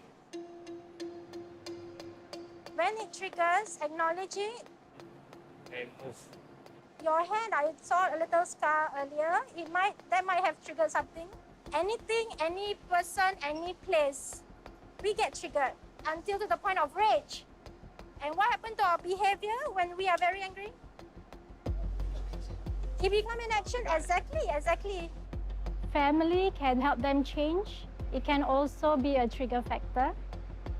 For example, they may have issues with communication with each other, which may lead to family violence. Do you think nagging is also a form of communication? Yes. Yes, you can say yes. Why do you say so? Show that they care for you. They care for you. So that's why they nag. They bother to nag. Sometimes they nag too over already. Like, Okay, what about it that makes it irritating? they keep say already, then they repeat. Then say again, then repeat. Keep rewind also. So there is this thought, you should understand me, you're my family, right? And at the same time, doesn't seem like that's happening. Like I got this situation, I just normal talk to my friend. Then my wife would think that why you can share your friend, why you cannot share with me? And why do you choose a friend instead of your wife? Like example, like I say, okay, after this sentence, planning to like go and take some course for cooking, all this. Then she would just answer me, you want to go and learn? You cook Maggie me also don't know, you want to go and learn? Then no need, you must well you come home, I teach you. Walao, is it this type of pattern? That's a good example. Okay, pause there. Very good. Okay, let's get help from the other guys. And she said, wow, you cannot even cook Maggie me. Well, what do you think her perspective, what she's thinking, what's behind that? So maybe she wants to take this time to spend time with you because share the But food. the problem is, she herself also don't know not really how to cook. Do you have her before? Never. I myself, I don't know how to cook. So it's really about expectations. If you look at it, right, it's really listening and reflect. What is my spouse or my family members, for that matter, trying to tell me? reflect what they might be feeling. Okay? At times, right, they may also feel awkward to be telling you something so directly. But what's important is you and your wife need to talk about it lah.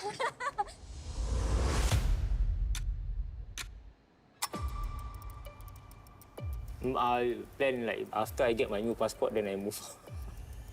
You cannot play drugs in Singapore. If I were to succeed in something, but without drug, and I would take probably at a slower rate, how does that sit with you? Boring. It is certainly quite worrying if he's articulating those thoughts.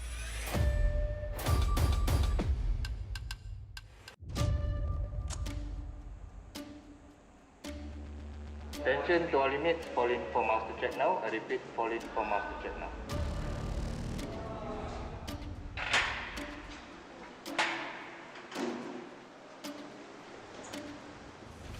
Master check is actually unique to prisons. So this is also done for prison school. Good afternoon, man. Good afternoon.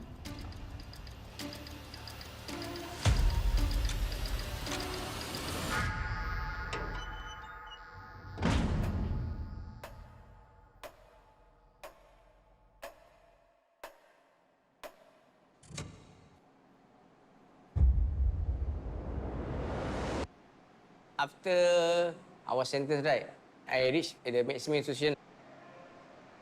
I calculate how much time I left in prison. So after cutting off the remission and the remands, I left with 10 years. I know there is a prison school. There is a NT level, NA level, O level, and diploma. So I do the calculation 1 year for NA, 1 year for O level, and 2 years for diploma. Maybe after the diploma, I will want to pursue a study in the degree course. So along the way, the distance is open. So I submit the application form.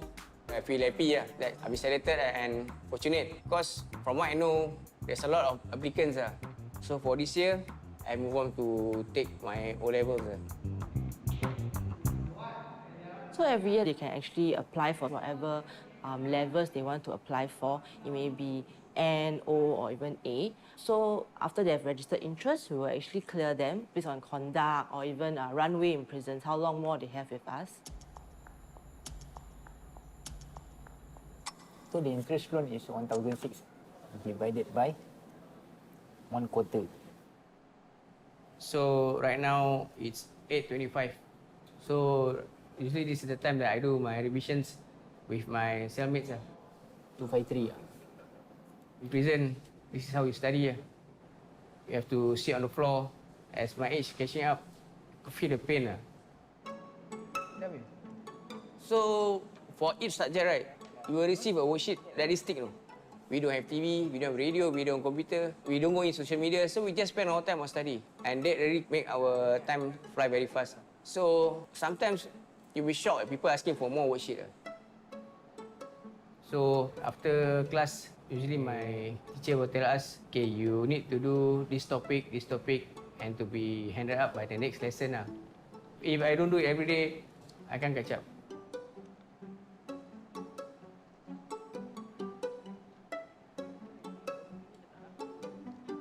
For prison school inmates, they're actually very busy. They actually have much lesser free time here. Median sentence is about 3 to 5 years. So if we actually let them study compress syllabus, compressing from 4 years to 1 year, we actually allow more inmates to benefit from the education within prisons.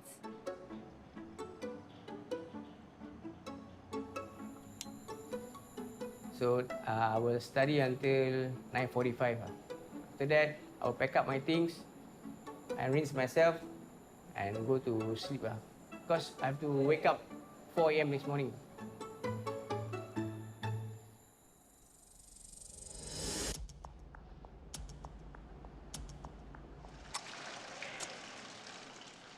My day start at 4:30 a.m.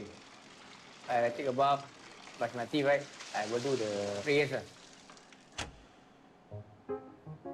4:45, the staff will issue us the hot drinks for breakfast.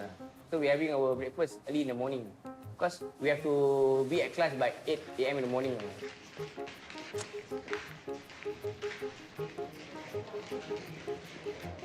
When you go into class, you don't feel like you're inside prison. It's totally different. When we talk to teacher, right, it's like a friend.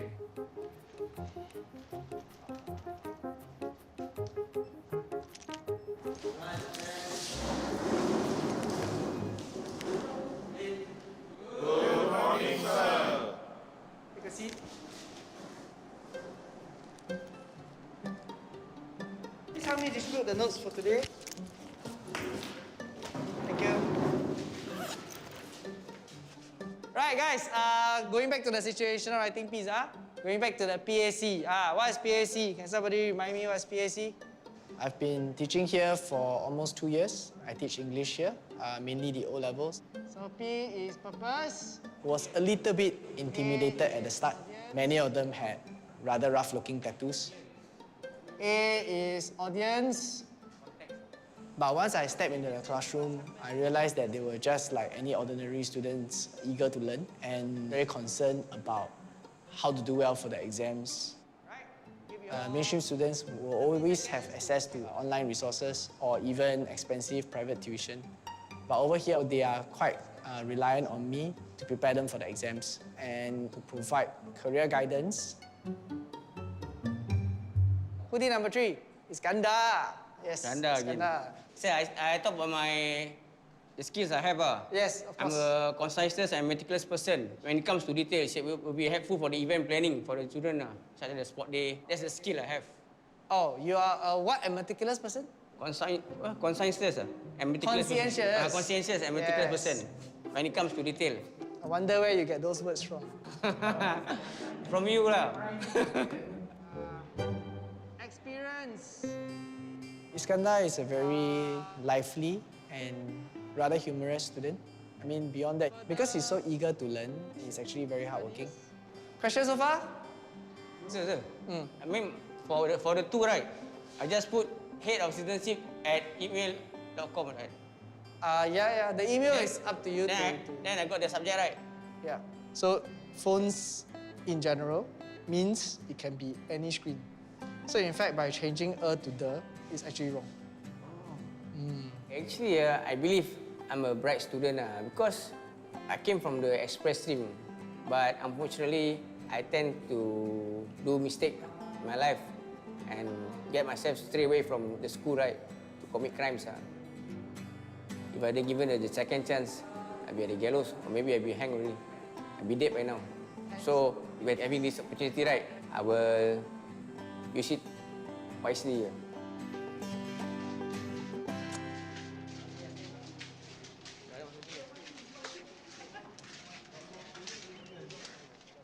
You intend to do our part-time diploma course, right? Intend to do diploma in logistics. Once you complete that, there's even... Further studies? Yeah, further studies. The Bachelor of Science in Logistics and Supply Chain Management. You can even do it while you're in prison school. You don't have to wait till you're outside. For this time around, I don't want to waste time in prison. I choose study because in future, with certificate, it helps me to get a better job. Once you didn't have a job, you will tend to do the illegal things, because you need money. Because when you are out for prison, when you open your eyes, you think about money, how to live, how to get money, how to survive, what to eat. I really need this to change to have a good start later on my life.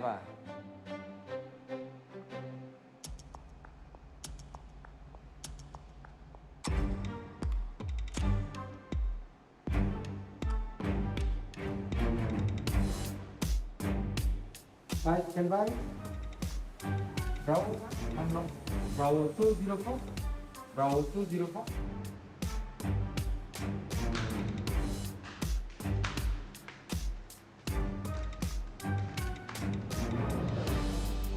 Guys, stand by. Lock on right, twisted.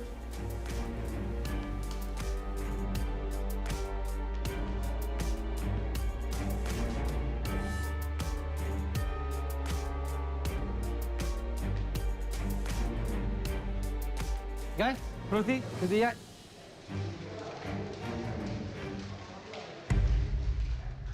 Okay guys, before you start for your yard, remember to put on your mask properly and ensure safe distancing.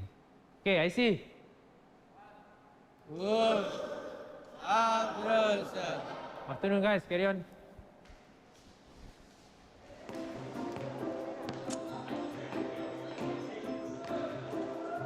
Most of us are looking forward for the yard time because only we have twice a week for the yard.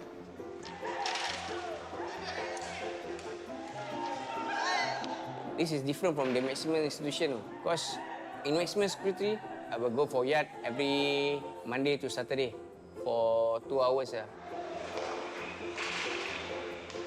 After a stressful day in class, memorizing the formula, doing all the revisions, the 1 hour and 1 hour 50 minutes is so precious for us. For us as a student, yeah, it's very important.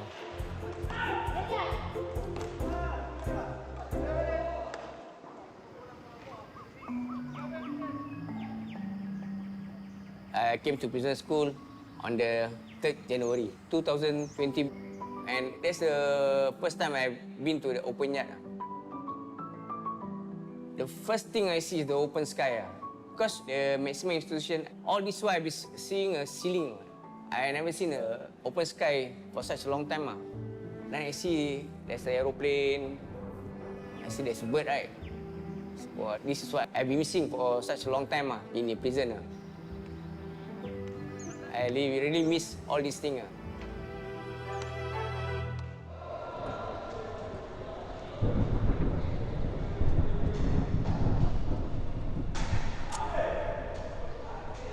I miss the rain. I like cold weather. I like rain. I enjoy raining days, even when I'm outside. I miss the sun, miss the rain, miss getting outside. The view very important for us. It's like the only way that we can feel outside. There's a black Maria, they call it. The one that comes in and out through the front gate.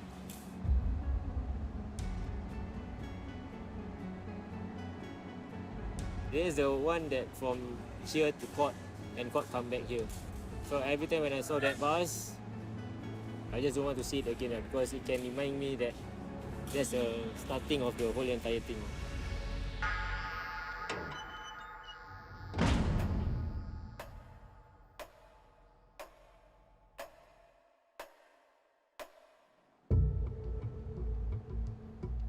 Rusdi, were there difficulties that you encounter when you were out before you come in here? The influence of getting money, cars, credit card and all this stuff. Yeah. I use eyes for things that I do in life.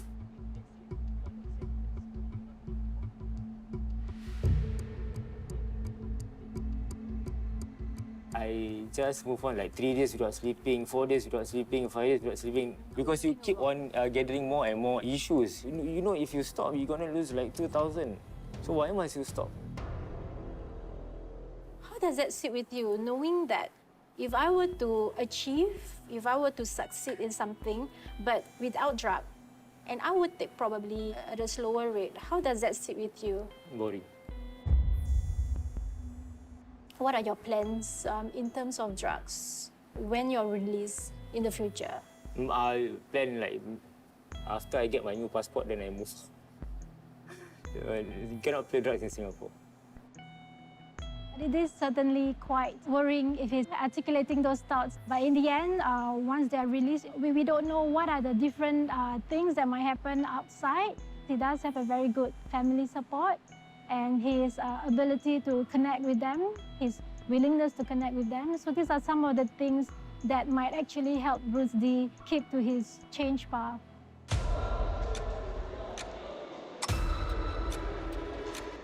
Kau buat dengan aku sekali lah. Jadi aku belajar kau sekali. Sekejap. Sebelah aku.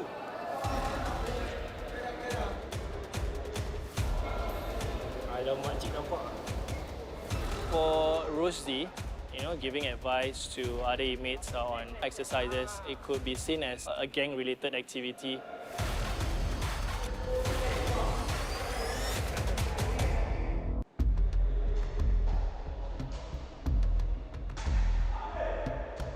Kau buat dengan aku sekali lah. Jadi aku belajar kau sekali.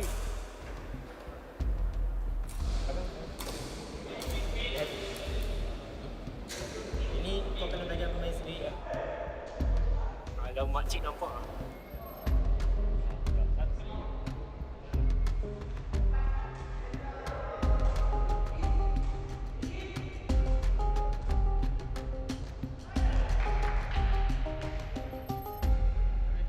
for Rusdi, I do see him a bit in the open yard, giving advice to other inmates on how to do a particular set of, exercises.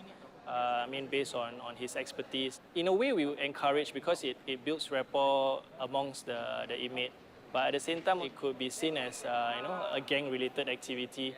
So it's a bit in the middle of the fence for that one.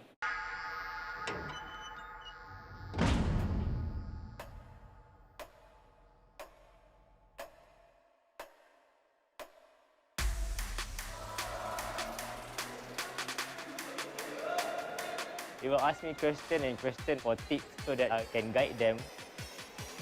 We have a kind of grouping together that eventually do HIIT here, and it's very, very high intensity rather than the normal one outside, because down here we can really focus fully on our activities.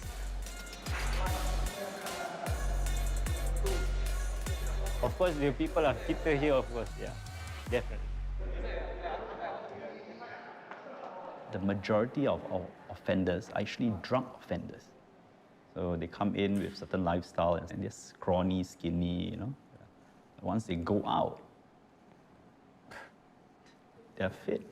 Because the food they eat, the time they spend exercising, that's the irony, right?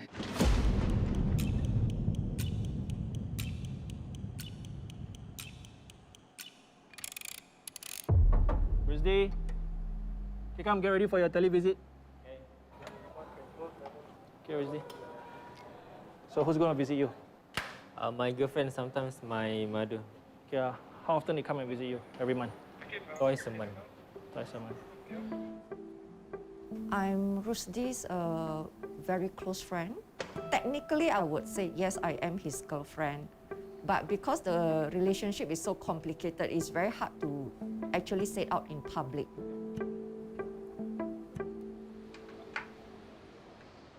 Ni, Erik lah, dia orang tak sedia Erik kerja. Tak nak lah. Try lah. Nanti sama juga driver delivery juga apa. Minta yang lain lah tanya. Tak nak lah, apa lagi? Habis Erik keluar nak buat apa? Nak relax dulu lah, penat kasih. Nak relax. Kasih Ajan. You inside 2 years, not enough relaxation. I also have interest to actually go back to fitness. I don't think you should go back to that. Tak mau. Mak pun tak galakkan. Tukar kerja lah. Tak mau kerja tu je. My fitness mentor was the one that introduced me to math. He used it for bodybuilding as a form of water reduction. As a form when the muscles get very lean. 10 years ago, he took drug. That was the beginning of their life upside down. The first time Rusdi took drug, when he came home, dia marah. Dia nak lemparkan kipas angin tu kat cik. Without drugs, he's really just like a normal person, a good one. Tak adalah. Kali ni mak kasih Udi kebebasan lah. Untuk Udi dah besar apa. Dah 30 lebih apa. Dia berfikir. Jadi mak tak nak macam dulu. Yalah, mak kasih kebebasan. Sekarang masalahnya negeri yang Udi duduk tu tak kasih. Jaga diri sendiri. Dia tak macam mak lain. Jaga diri sendiri mesti nak percaya diri sendiri. Tengok Azana. Orang pun boleh percaya. Itu tau important. He has to build that trust together with us because we can't trust him fully. I like him in prison because all can control him lah. He never take drug and he behave. Because if outside nobody to jaga him, you know.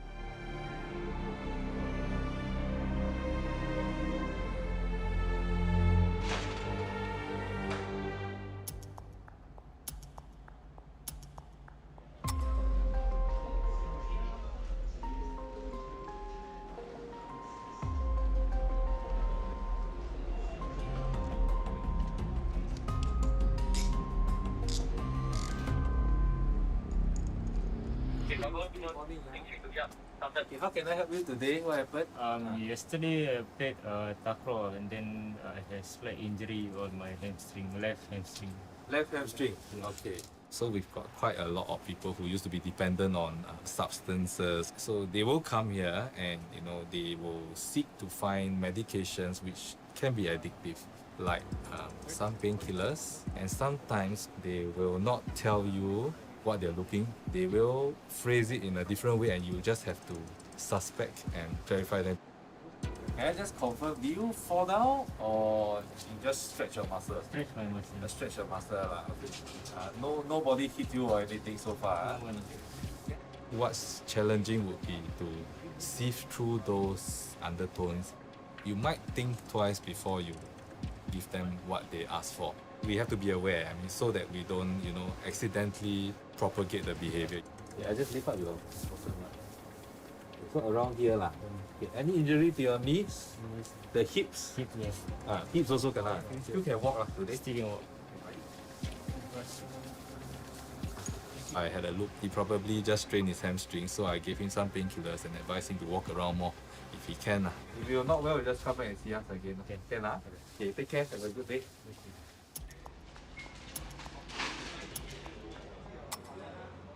Hey, good morning everybody. So today we are going to start our schema elective module.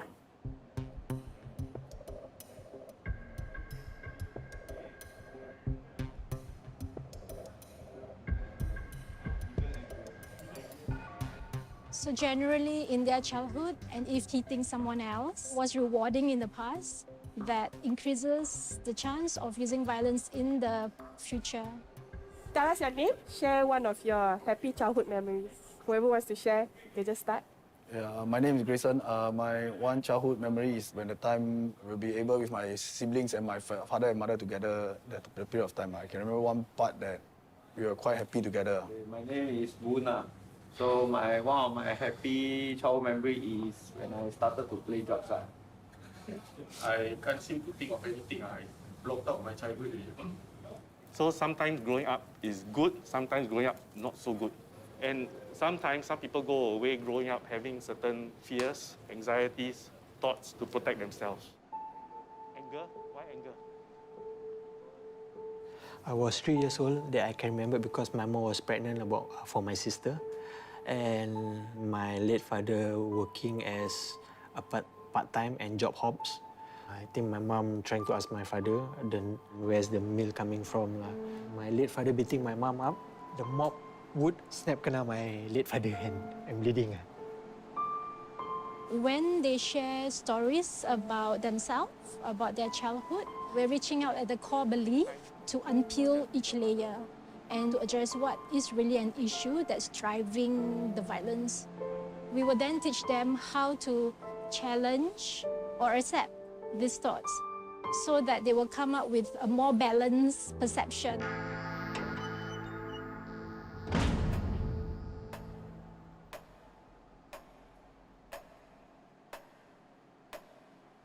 I'll give you all some color paper, okay? I got 4 colors, yellow, green, red, and blue, okay? When you put it over your eyes, what do you see? What color is this? Pink. White. Red. You pull down, what color is it? Green. Green. The card I hold is still green. Yes. But the color that you put on makes it look like a different color. When we talk about schema, it's like that. It's something like that. When we go through certain experiences, it colors a bit. Go through even more experiences, it colors a bit. And after a while, that becomes the permanent color.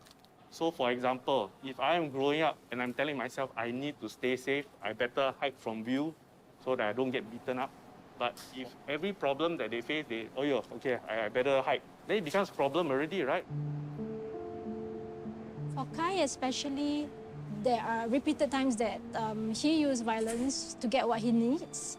And if it works, it would further strengthen that belief that violence works. Violence will solve my problems. After a while, it became like a response, an automatic response. Back then, my dad suffered with stage 4 cancer. We have my dad appointment. We're supposed to meet up with my ex-girlfriend. She doesn't turn up. That's where lead me to frustration, anger.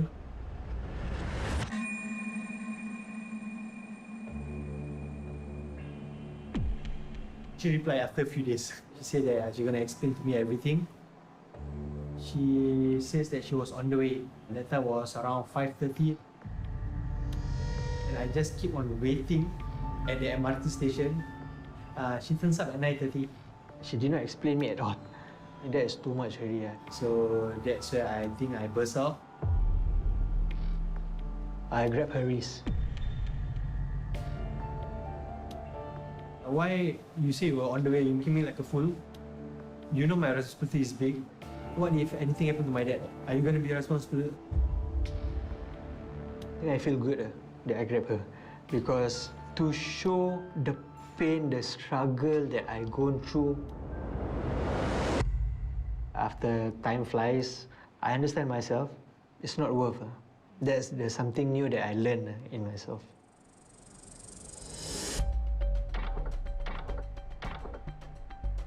It's just a minor thing, a small thing that I need in myself. It's a hook. It's not stick already, the double sided doesn't drop. I look for the officer for help. Then the next day, he just treat that nothing happened. Very pissed off, very, very pissed off. Don't take things too personal, okay? One time, two time, I okay lah. I really, by the third, fourth, he never do for me. It's really very hard to control this temper. I really wanted to hit him or what, all this.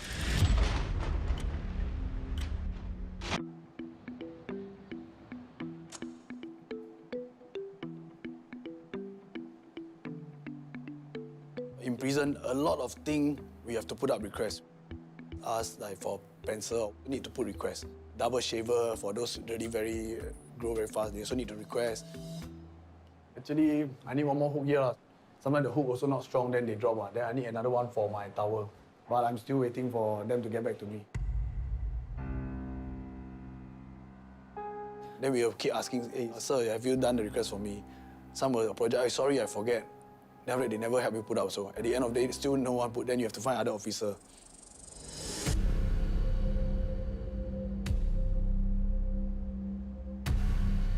In the cell, we will keep thinking, when will he approve?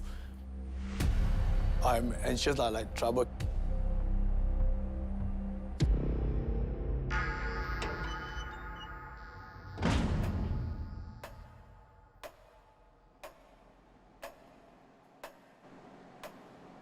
Then I got some problem. I find that one staff got grudges with me. Whatever I ask him to do, he never do for me. I scared later one day I explode, then not nice to him also. Don't take things too personal. At first, one time, two time, I okay lah. By the third, fourth, he never do for me. Why didn't you approach him, ask him what happened? For now, maybe I see him also, I feel very hot, very stressed. I feel I want to go and straight approach him.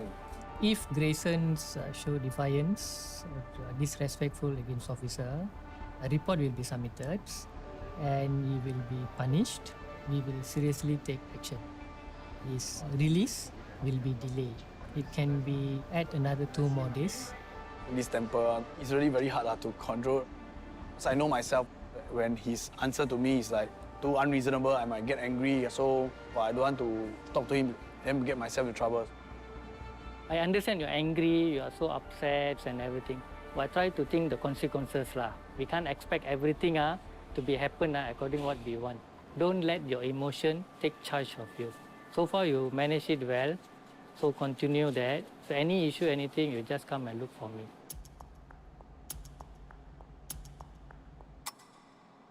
So if you recall, we made you do a survey, right?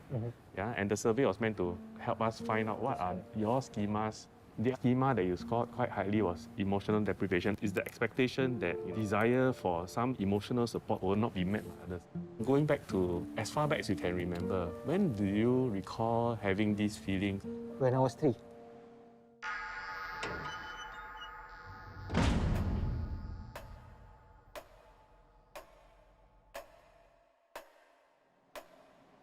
You just have to listen to my voice and just bring yourself back to the time around 3 or 4 years old.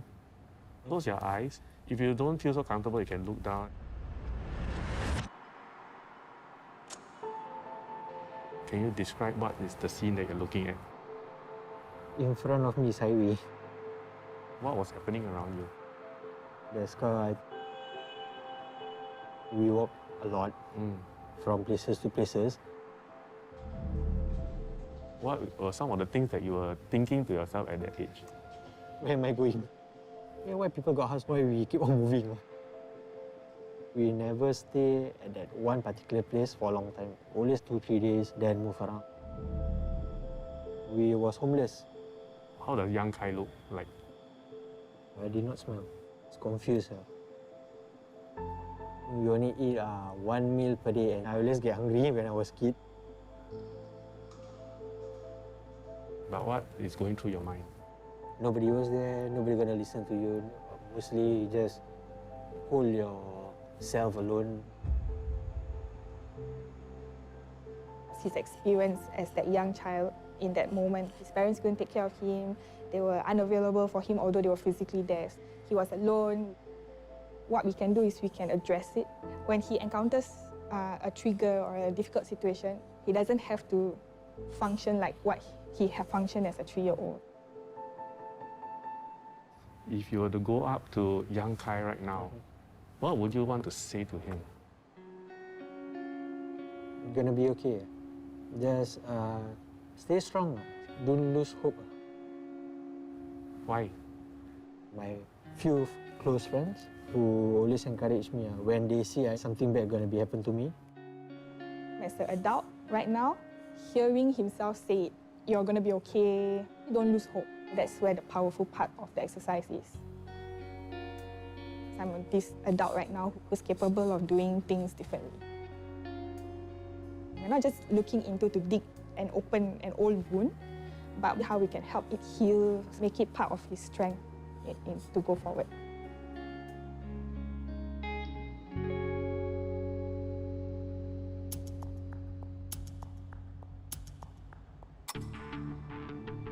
So after I applied through this FRC, which is a Family Resource Center, to get rent accommodation. I'm still haven't get their call. I'm still waiting and kind of very worried. So I actually seek Sergeant Mutton for advice.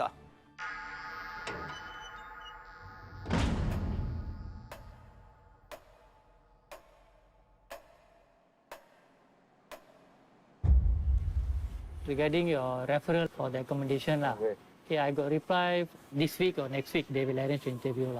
So in case if, let's say, fail, how?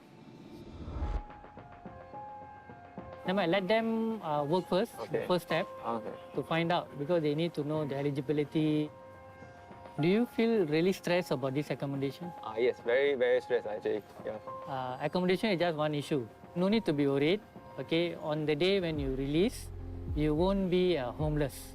I want you to help think about the job, okay, what you're going to do. You got 7-8 months for you to really prepare.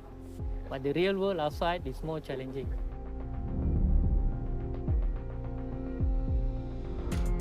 I imprisonment for 3 years plus, so I feel a bit like left out from the world. So now the world also changed already. I'm actually a bit worried that I cannot adapt to outside.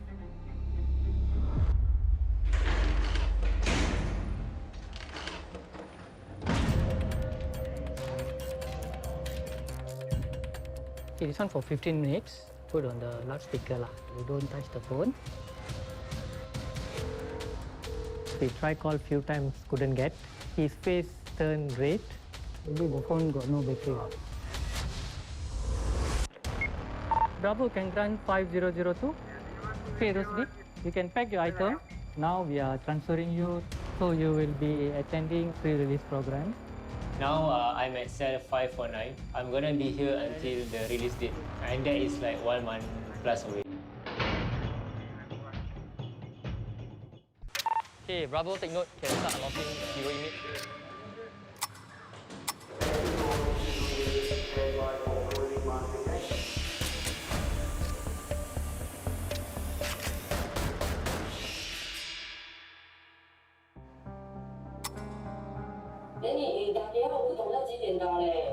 我应该 try 下午吧，没有晚上了，晚上没有警察了。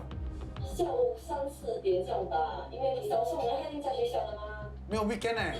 我怕他不会听哎。I guess she followed my wrong footstep. The first time Rusdi took drug, when she came home, dia marah, Dia nak lemparkan kipas angin tu kat cik. Terus dia keluar dah, tak saya dia kerja. Tak nak lah. Try lah. Nanti sama juga driver delivery juga apa. Habis Udin keluar nak buat apa? Nak relax dulu lah, penat asyik.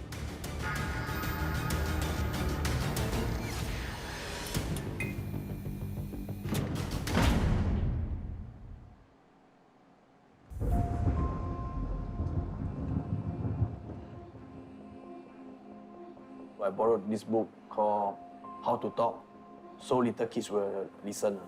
Because it's been quite so long I haven't talked to my children, so I want to know like how to really communicate.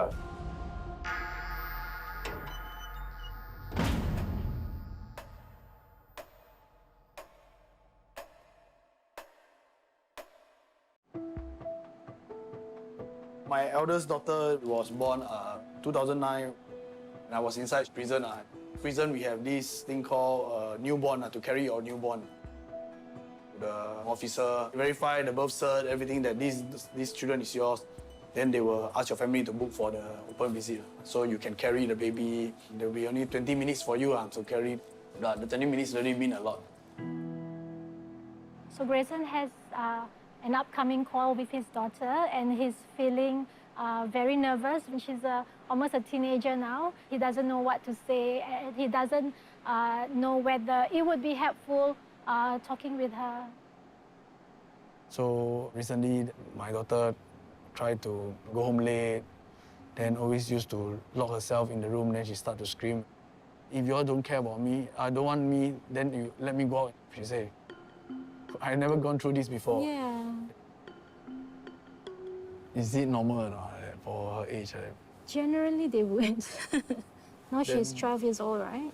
At her age, they are starting to be aware of a more effective way to express themselves, their emotions. How should I talk to her? Then I tried to write to her a few times, but she doesn't reply. As a teenager, what do they need? Freedom. Have you taught her cycling before? Yes. So imagine you're holding the bicycle. What would you tell her? Just straight, then just cycle, carry on Just cycling. cycle, go on, and you're holding on. You're making sure that she doesn't fall. Yes. All right? So those are boundaries. After a while, After a while, slowly I would let go and then let her cycle herself.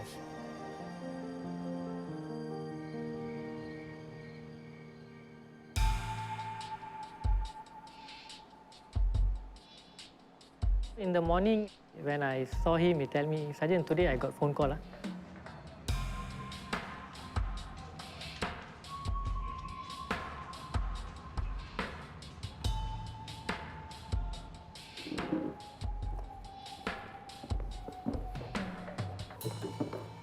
Okay, this one for 15 minutes, put on the loudspeaker. Okay. You don't touch the phone, then I will set 15 minutes here.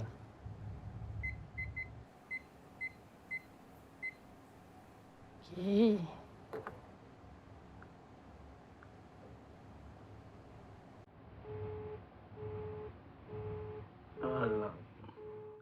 Wait, I call.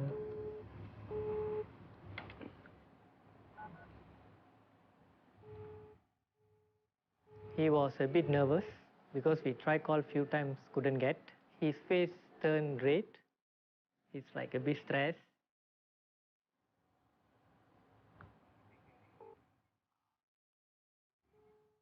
Maybe the phone got no battery. Or maybe she blocked the private number. Can block private number. I don't know, I cannot. I'm very anxious. There's a lot of things that I want to tell her. Hello? Hello, I'm Sergeant Mugudan here from Singapore Prison Service. Okay. Your daddy is here, Mr. Ang Graceson. I will pass the phone to him. Hello? Hello? How are you? Papa. Yeah, I tried to make myself, I don't want to let her know that I tear also because the whole communicating, it will be like both of us tearing only. I'm looking at the time, I try my best to talk to her. How are you? Good. How your PSLE? I don't know result yet. Then how you think can pass? I don't know. Nowadays, Mama say you always late come back. Next time you late, Mama call, you just tell Mama you'll be late. Okay. Okay, don't let Mama worry. Oh yeah, then I heard you inside the toilet shout. Why? My niece fetch them to school. Then at the end of school, I see her running towards me. Yeah, the feeling is like, I miss almost everything with her. She might think that no one is there for her, no one understands her, no one loves her or what. Okay, left another 55 seconds like that. You okay? Okay. Is it because nobody share things with you? No. Then just write to Papa lah. To me, she's a very good girl, very soft girl. She's my eldest daughter, then like my princess like that. At the last of it, when the time is coming, she starts to cry again. Wow, my heart here pain also, then I'm tearing also. Okay, I left 10 seconds. You be good girl. Anything, you just write to me, then take care, okay? Okay. Okay, finish already. Papa love you, Yeah. Okay, bye-bye. Bye.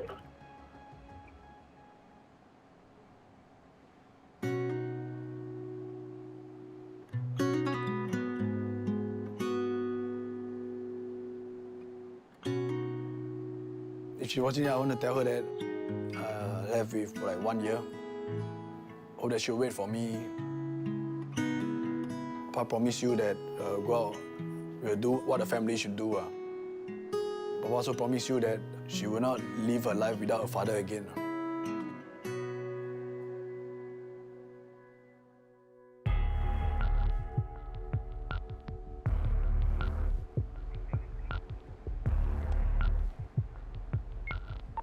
Okay, Bravo can grant 502, 502.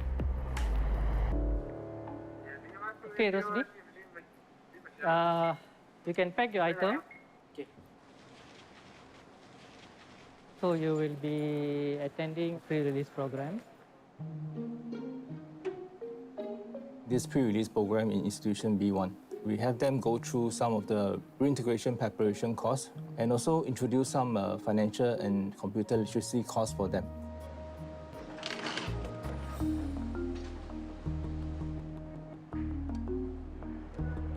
So this will be your cell. You will be staying here until your release.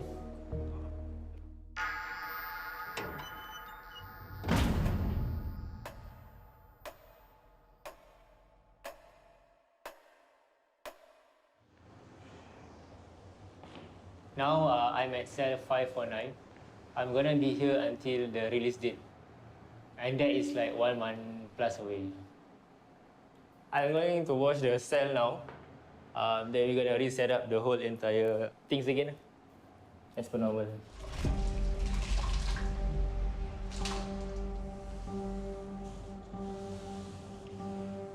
I am so used to my own self. So, when I'm released from here, my biggest fear is to mingle around with people asking us questions and we need to answer back.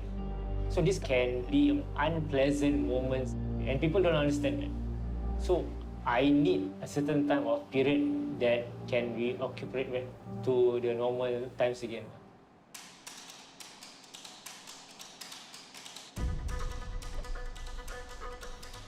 Macam kau? Ya, bro. Princess. Hal? You just want to snap just mengamuk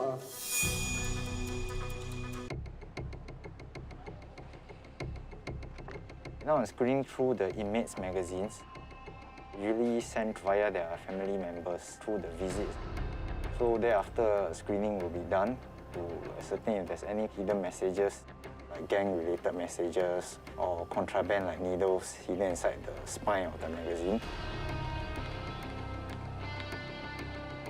This censored stamp shows that these magazines have been vetted through by the visit center. Also books, novels, and also photographs will be screened through.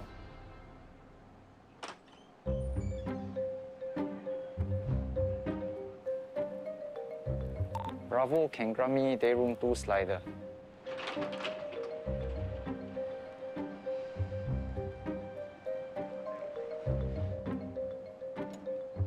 Rusdi, your magazine is here.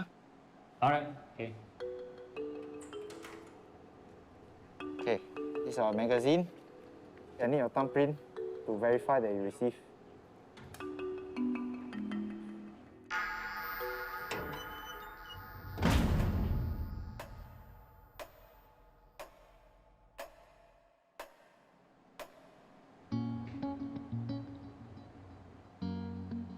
I'm happy, of course, with the receiving of this magazine.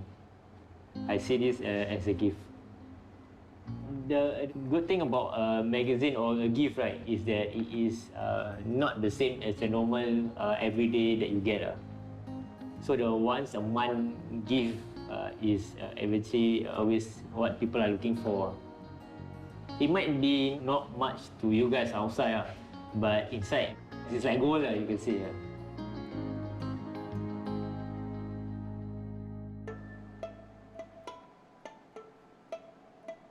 I received a Hari Raya card. I think my friend sent me to remind me that I'm not being left out or something like that. I think nobody ever sent me a card before, even outside. It made me smile. He asked me to enjoy my Hari Raya while I'm inside, and if anything you need help or what, just text him through e-letters lah.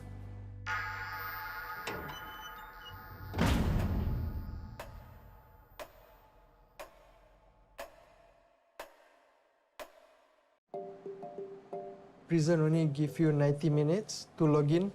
So usually I will just type in my password first and scan my wrist tag. Every time you have this urge, will you have a letter today? It's good lah to get a letter from her. It says, Assalamualaikum Lady. Macam, sihat tak? Hihi. Ellie baru habis PSLE seminggu yang lalu. Tak tahulah pas ataupun tidak. InsyaAllah Ellie get AL25. You know? Okeylah, sekarang pasal Daddy. Kat dalam Daddy buat apa? Kat penjara ada pembuli tak? Kalau ada, Daddy pernah kena bully. Atau Daddy bully orang. Main-main aja. Okay, take care. Bye-bye Daddy. Lagi satu, I hope you is proud of me. Khai, it changed a lot. There was one time he said he don't want to attend the class. He don't think so the programs can helpful. But after that, slowly we asked him, you go and try. So now he already 2 months in the program. He already selected for the peer supporter.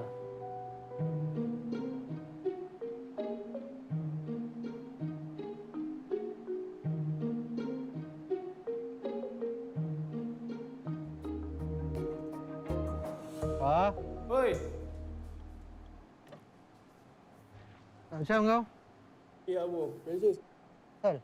You know, that point of time, you really pissed off really, right? Then, the next thing you know, you just want to snap, just mengamuk. For inmates, when we wear blue uniform, the trust is not 100% sometimes. So when we have a peer supporter, they will also help us to monitor there is any unusual behavior. They will update us lah.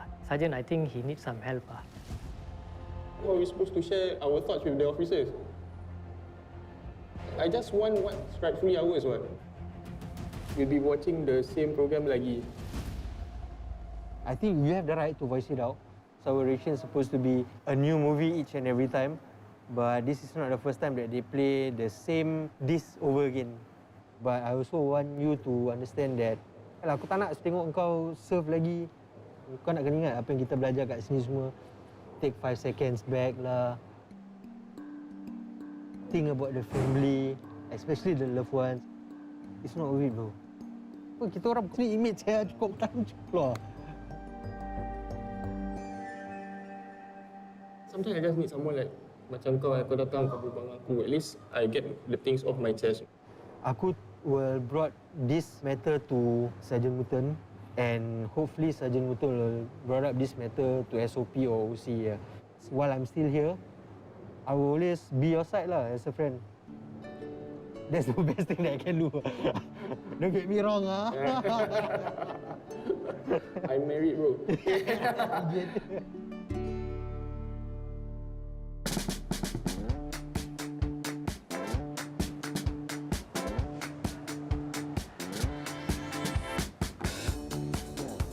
I'm doing a set of push-up with interval.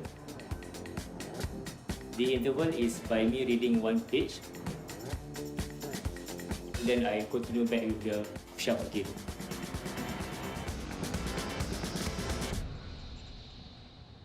With my previous incarceration, I roughly know what the schedule in prison is going to be like. I have started planning how I'm going to spend my time in the cell before even I'm coming.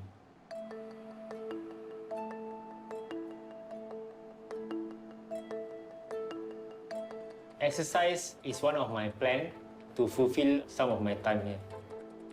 Exercise requires you to rest a lot as well. So the time flies extremely fast.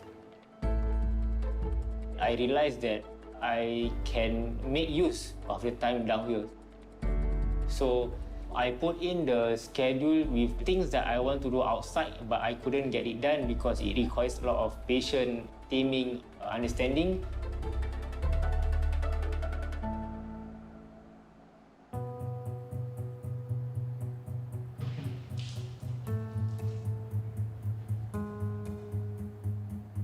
So before I move in, I already buy around 40 over books. I receive 6 books monthly from outside. So it was around 8 months of supplies. Then eventually the month goes even faster as well.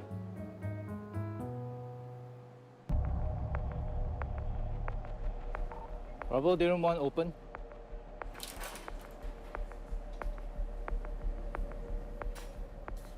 Afternoon, sir. Hello, Boon Keng. Got good news to tell you. So you'll be undergoing a suitability assessment for community-based program. Okay. Good? Yes, very good. Thank you, sir. Yes. So do come prepared with your post-release plans. Okay, that's okay. Oh, it's okay. All the best, huh? Okay. All right, thank you. Thank you, sir. Thank you. Later in the afternoon, we're having a O-level exam for mathematics. I was helping my friend with maths. I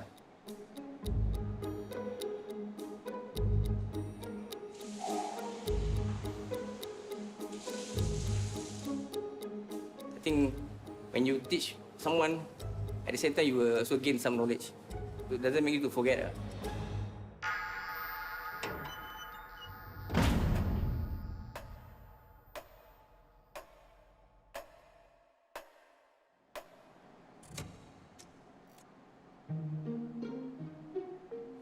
My favorite subject would be POA.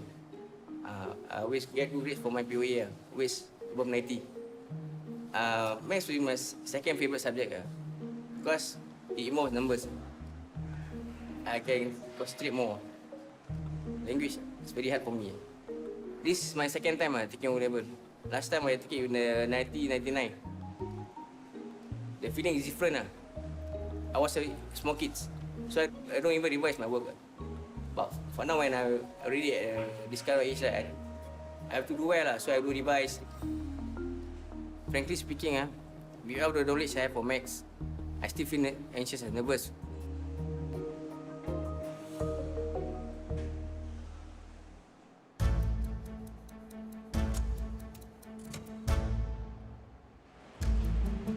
Thank you.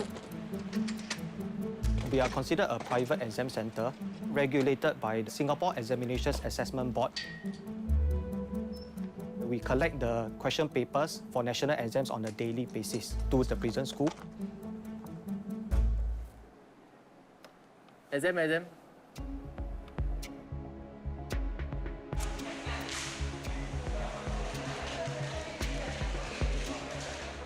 I left approximately about 30 more minutes for my exam.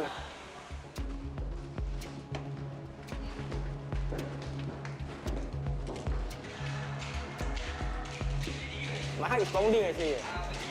Nervous.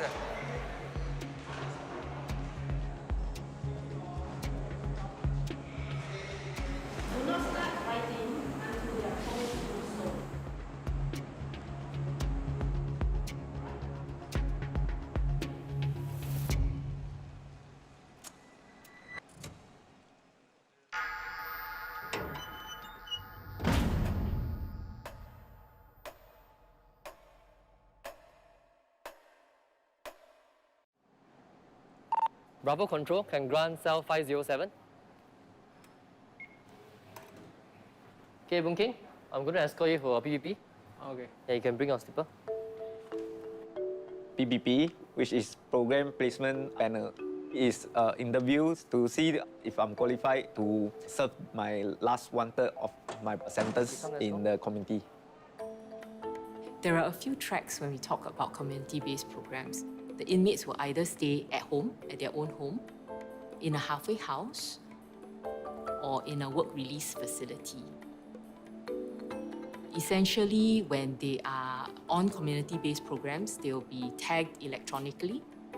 They have to abide by supervision conditions such as curfew hours.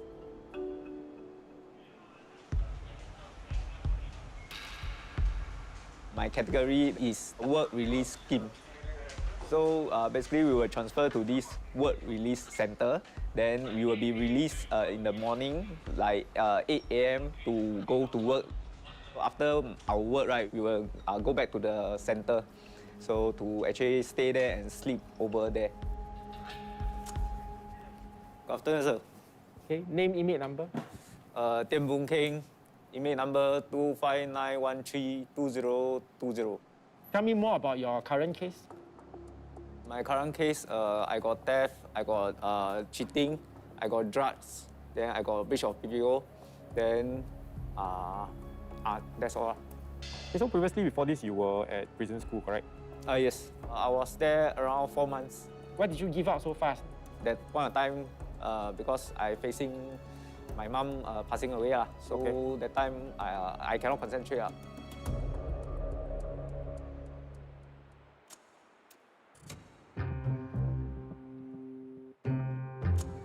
Over at prison school site, in the event of any possible irregularity, we always will let the students continue with the examination first. And then because they are here to serve their sentence, they may be charged.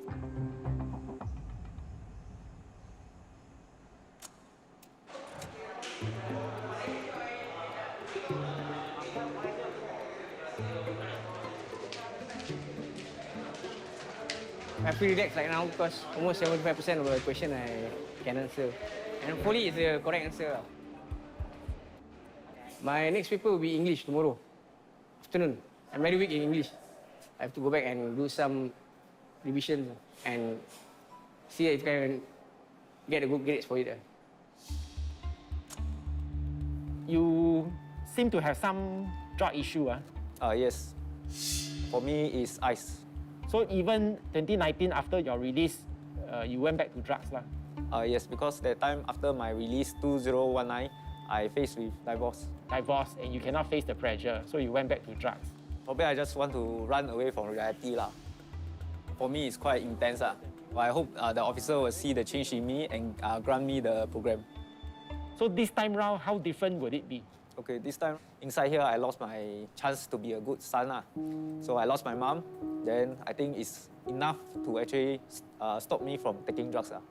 So my mom, I cannot give her anything already. So probably this the last thing I can give her is that I turn over a new leaf. What are your plans to remain offense-free and drug-free? So if this chance is given to me, the work release scheme, I can actually have an accommodation and start working already. So once I have a saving, once I release, I can start to rent a home of my own and start a family with my fiancée. Okay, so Boon Keng, you have come into the system multiple times. But I noted that you are still attending the HERO program, the electives now. After you have completed your elective program, right, I need to hear from your psychologist their assessment on you. Okay. Number two, you have committed some disciplinary offences in the past during this incarceration. These are also factors that we will consider. So do not commit any more disciplinary offences. Yes. Then we will discuss your case again.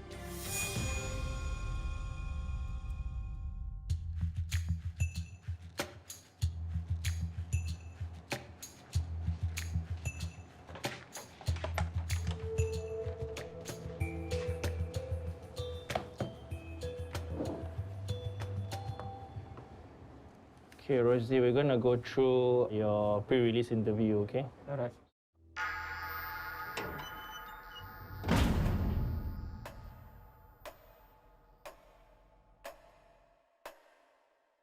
So I'm going to ask you a few questions that has got to do with your plans for release. Chin. All pre-release inmates will have to undergo a pre-release interview. We find out the needs and the support they are looking for. It is our responsibility to render assistance right before they are released so that they can reintegrate better in the society. Is everything going well with your family? Everything with my family is going well. Okay. They are preparing for the places for me to be at. That's good. So accommodations gonna stay with your parents. Yeah. Your relationship with every family members good? Yeah, everything is smooth. I've asked him quite a lot about his family because we have inmates not having a stable relationship with their parents or with their siblings. So we need to know whether he can survive outside. Next, do you have a plan to work or study after release? My plans I want to try is the delivery. So I still got my bike outside. Okay. So I was thinking to do delivery when I'm done. So I just want to remind you that when you work, right, it can be very stressful. When you get stressed, I don't want you to quit. I just want to give you a scenario, just in case you have financial issues, the salary that you get is not enough. Okay. Where else can you get money? Where else can I get money, Mama? Where else? Then how about financial aid? Like Mendaki, all this? I don't know. I don't do that. Okay, but you know these are the places that you can go also, right? Okay, just don't burden your mom so much. Okay.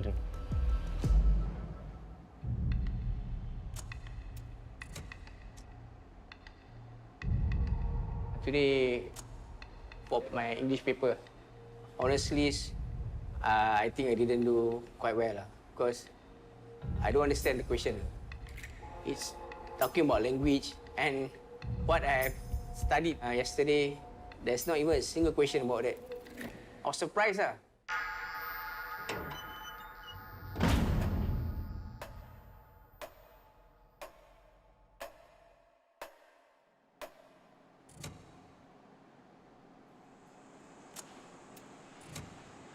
Class, time is up. Please stop writing.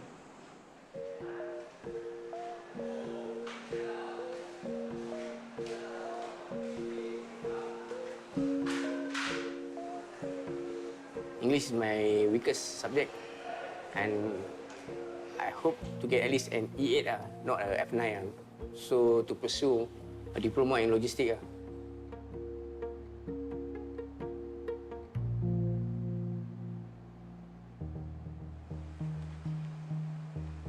When I read the papers, I see the job vacancies in logistics, and during this COVID outbreak also, I see there's still high demand in logistics. This diploma will be a good thing for me when I release in few years' times. Okay, Rusdi, stand by for your release.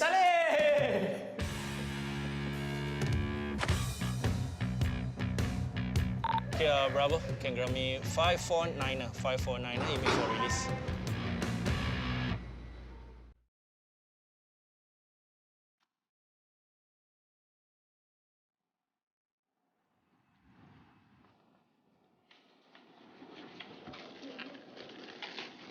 Okay, Mr. Leong, the results. Today is the GCE O-level results release. So now I just received the result slips.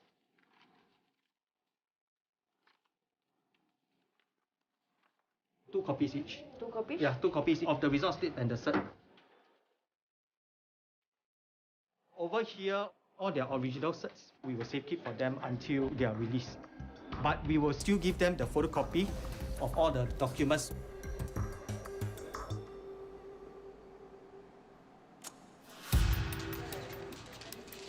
Yes, definitely it's a huge day because the students have worked hard for the past year, and in fact some of them, they have been with prison school for a couple of years, and they definitely look forward to today's results release.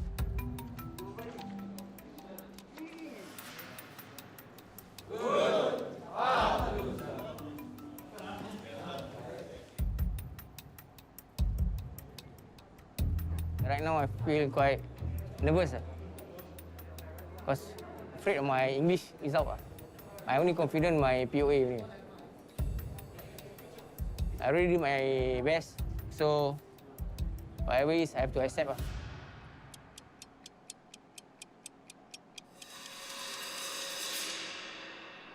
Good afternoon. Are you eager to know your result?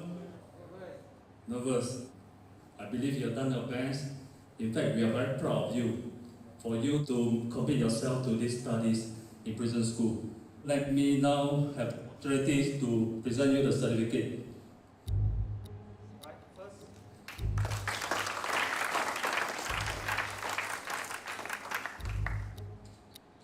If our students do well in the results, they can e-letter to their parents and family members. Pre-COVID days, we had something called an open visit, whereby the loved ones will come and then they will be seated together and then they can share about the results. But this year, they can only do it through phone calls. More nervous. Few more people than my turn. And last but not least, Iskandar.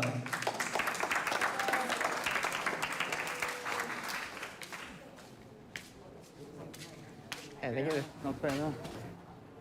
Hey, happy yeah. English, you worry, right? I worry about English. Not bad, not bad.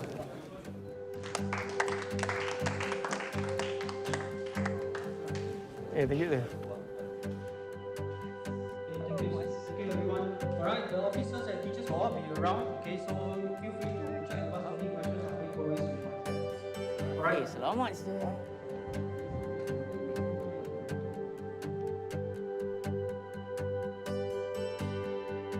I feel quite happy. I passed all the 3 subjects. In maths, I got B3. And accounts, I got A1. That's my good subject. English is my subject, then I get just pass C6. That's the best. Super proud. Last time I take my O level, it's much more worse than this. What I can share right now, right, is I say my praises to Allah for the good result. With His blessing and His guidance, right, I managed to get this result. So I try to do best for my diploma. Yes, sir.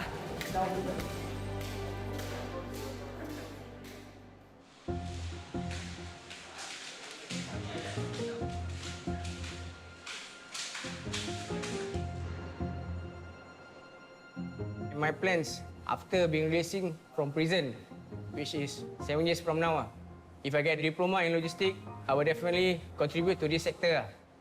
And at the same time, I would like to help the youth at risk. I would like to give a talk at maybe Singapore Boys Home, Muhammadiyah, or other juvenile homes.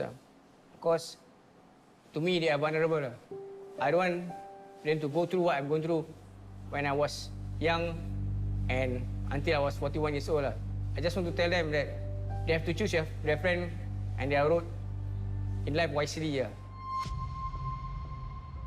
Because if you sell drugs, you'll be like me. If you're unlucky, you'll be hanged. So my point is, stay away from drugs and other illegal activities.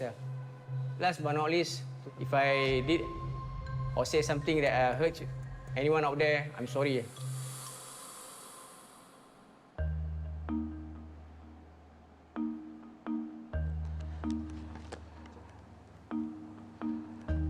I think this most probably will be a love novel because it says down here, don't throw away tomorrow. So, it sounds like something interesting. It says here, the Happiness Project. I think this will be a love one if I'm not wrong. So what else can be happiness besides from love? What completes me in life? I want somebody who never gives up, who never leaves. That's the only thing that I want. I just have one person who I can share everything. Everything, my bad, my good, my what. I shared that with my late father, but not as much. But I think to lean on someone who believes in you and bring out the best out of you, that is enough. First thing that I want to practice and to make perfect is that I want to obey all the rules and regulations in Singapore. So basically, I hope to be a good citizen. I hope that I can pursue my study in psychology. So in future, I can be probably teenager counselor or counselor to those people who in need of help.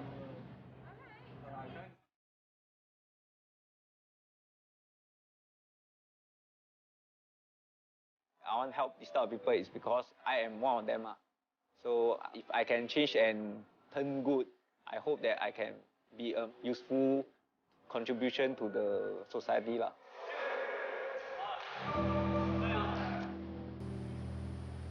This is my release day. You ingat already.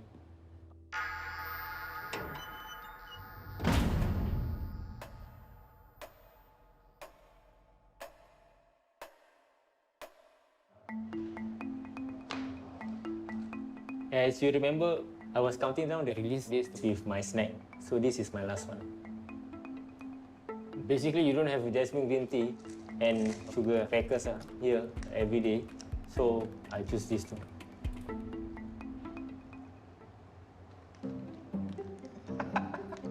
Sweet, I say. I think the last green tea I had was should be 2 years ago. Forget the taste already. I really want to get up from here already. From 2 a.m. to now, I just been waiting and waiting. Nervous.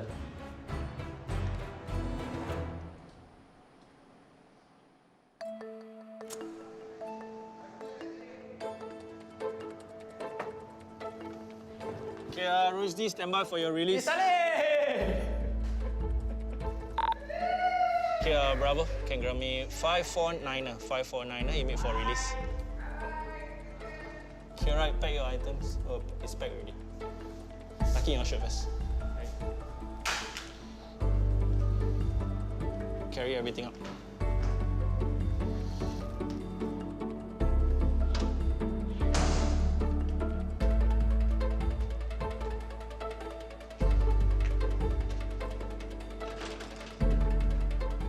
Definitely when they are released, we are happy for them. We don't want them to come back. We will make it a point to check in on them to make sure that the aftercare areas are being addressed.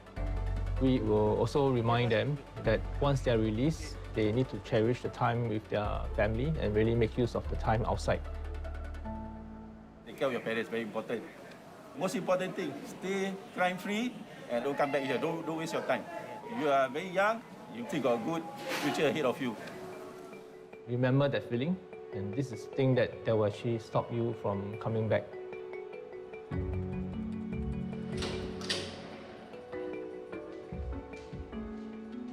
Then we will send him to the record office to do the processing for his release.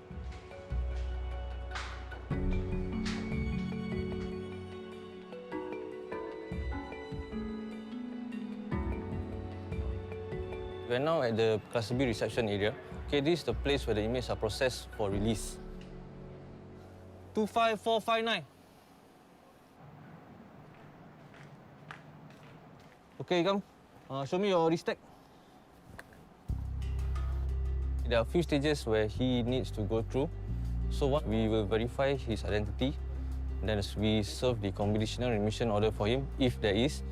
Okay, Rusdi, today you are released on remission from today until 1st March 2023. You must not commit any offence.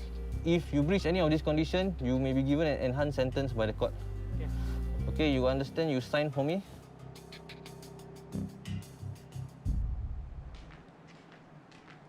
On the first day of submission, his properties was handed over to ST Logistics. Once the inmate is released, property is returned back to him.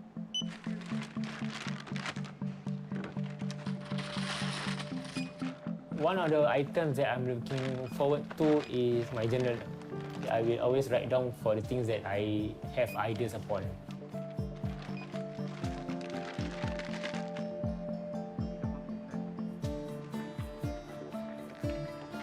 Okay, just place the box on the floor. Okay, Rusdi, I'm going to do a strip search on you. The purpose of the search is to prevent him from smuggling out items from inside to outside, for example, messages. Turn. Okay, your wrist tag still okay? All right, you may put on your clothing. Basically, because we don't have underwear, we don't have long pants. The joy of getting the things back here, we feel like human again. Something that will make us not to come back here again.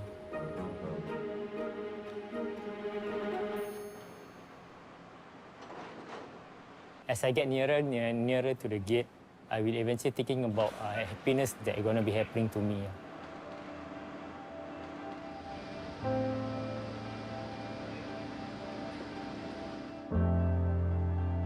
The feelings of to able to walk a long distance or getting back to see the sky and the sun, it make me very, very emotional.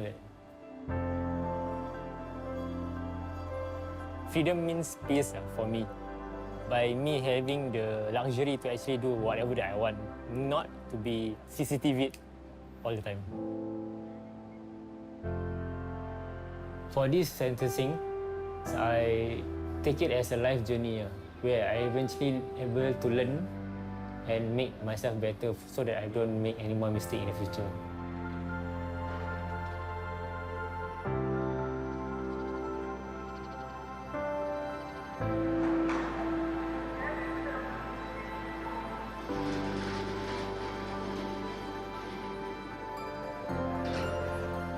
After my first incarceration, I can still think that drug is not so addictive, thinking that we have the choice to use it or not.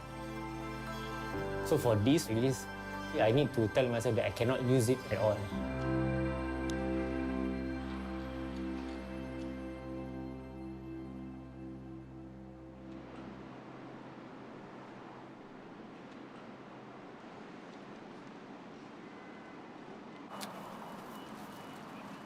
Rusdi, you're finally out. How are you feeling now? Yeah, happy of freedom. How you guys doing? Good? Very hot. I'm looking forward to actually to my mom food. So eventually, I think she can cook it today. Oh, there. Okay, she's here already. Hi, Mom.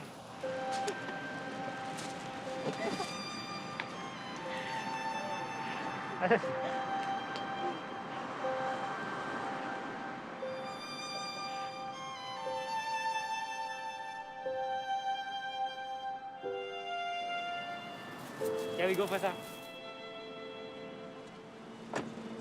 Thanks. Bye.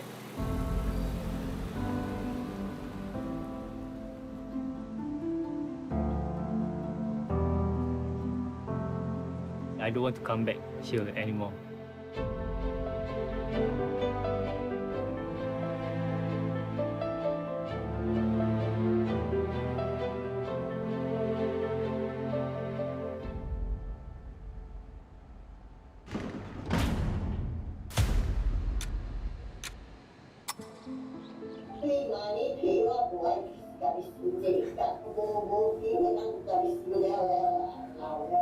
And she was saying, Alim, this visit card, I do not want to have them anymore.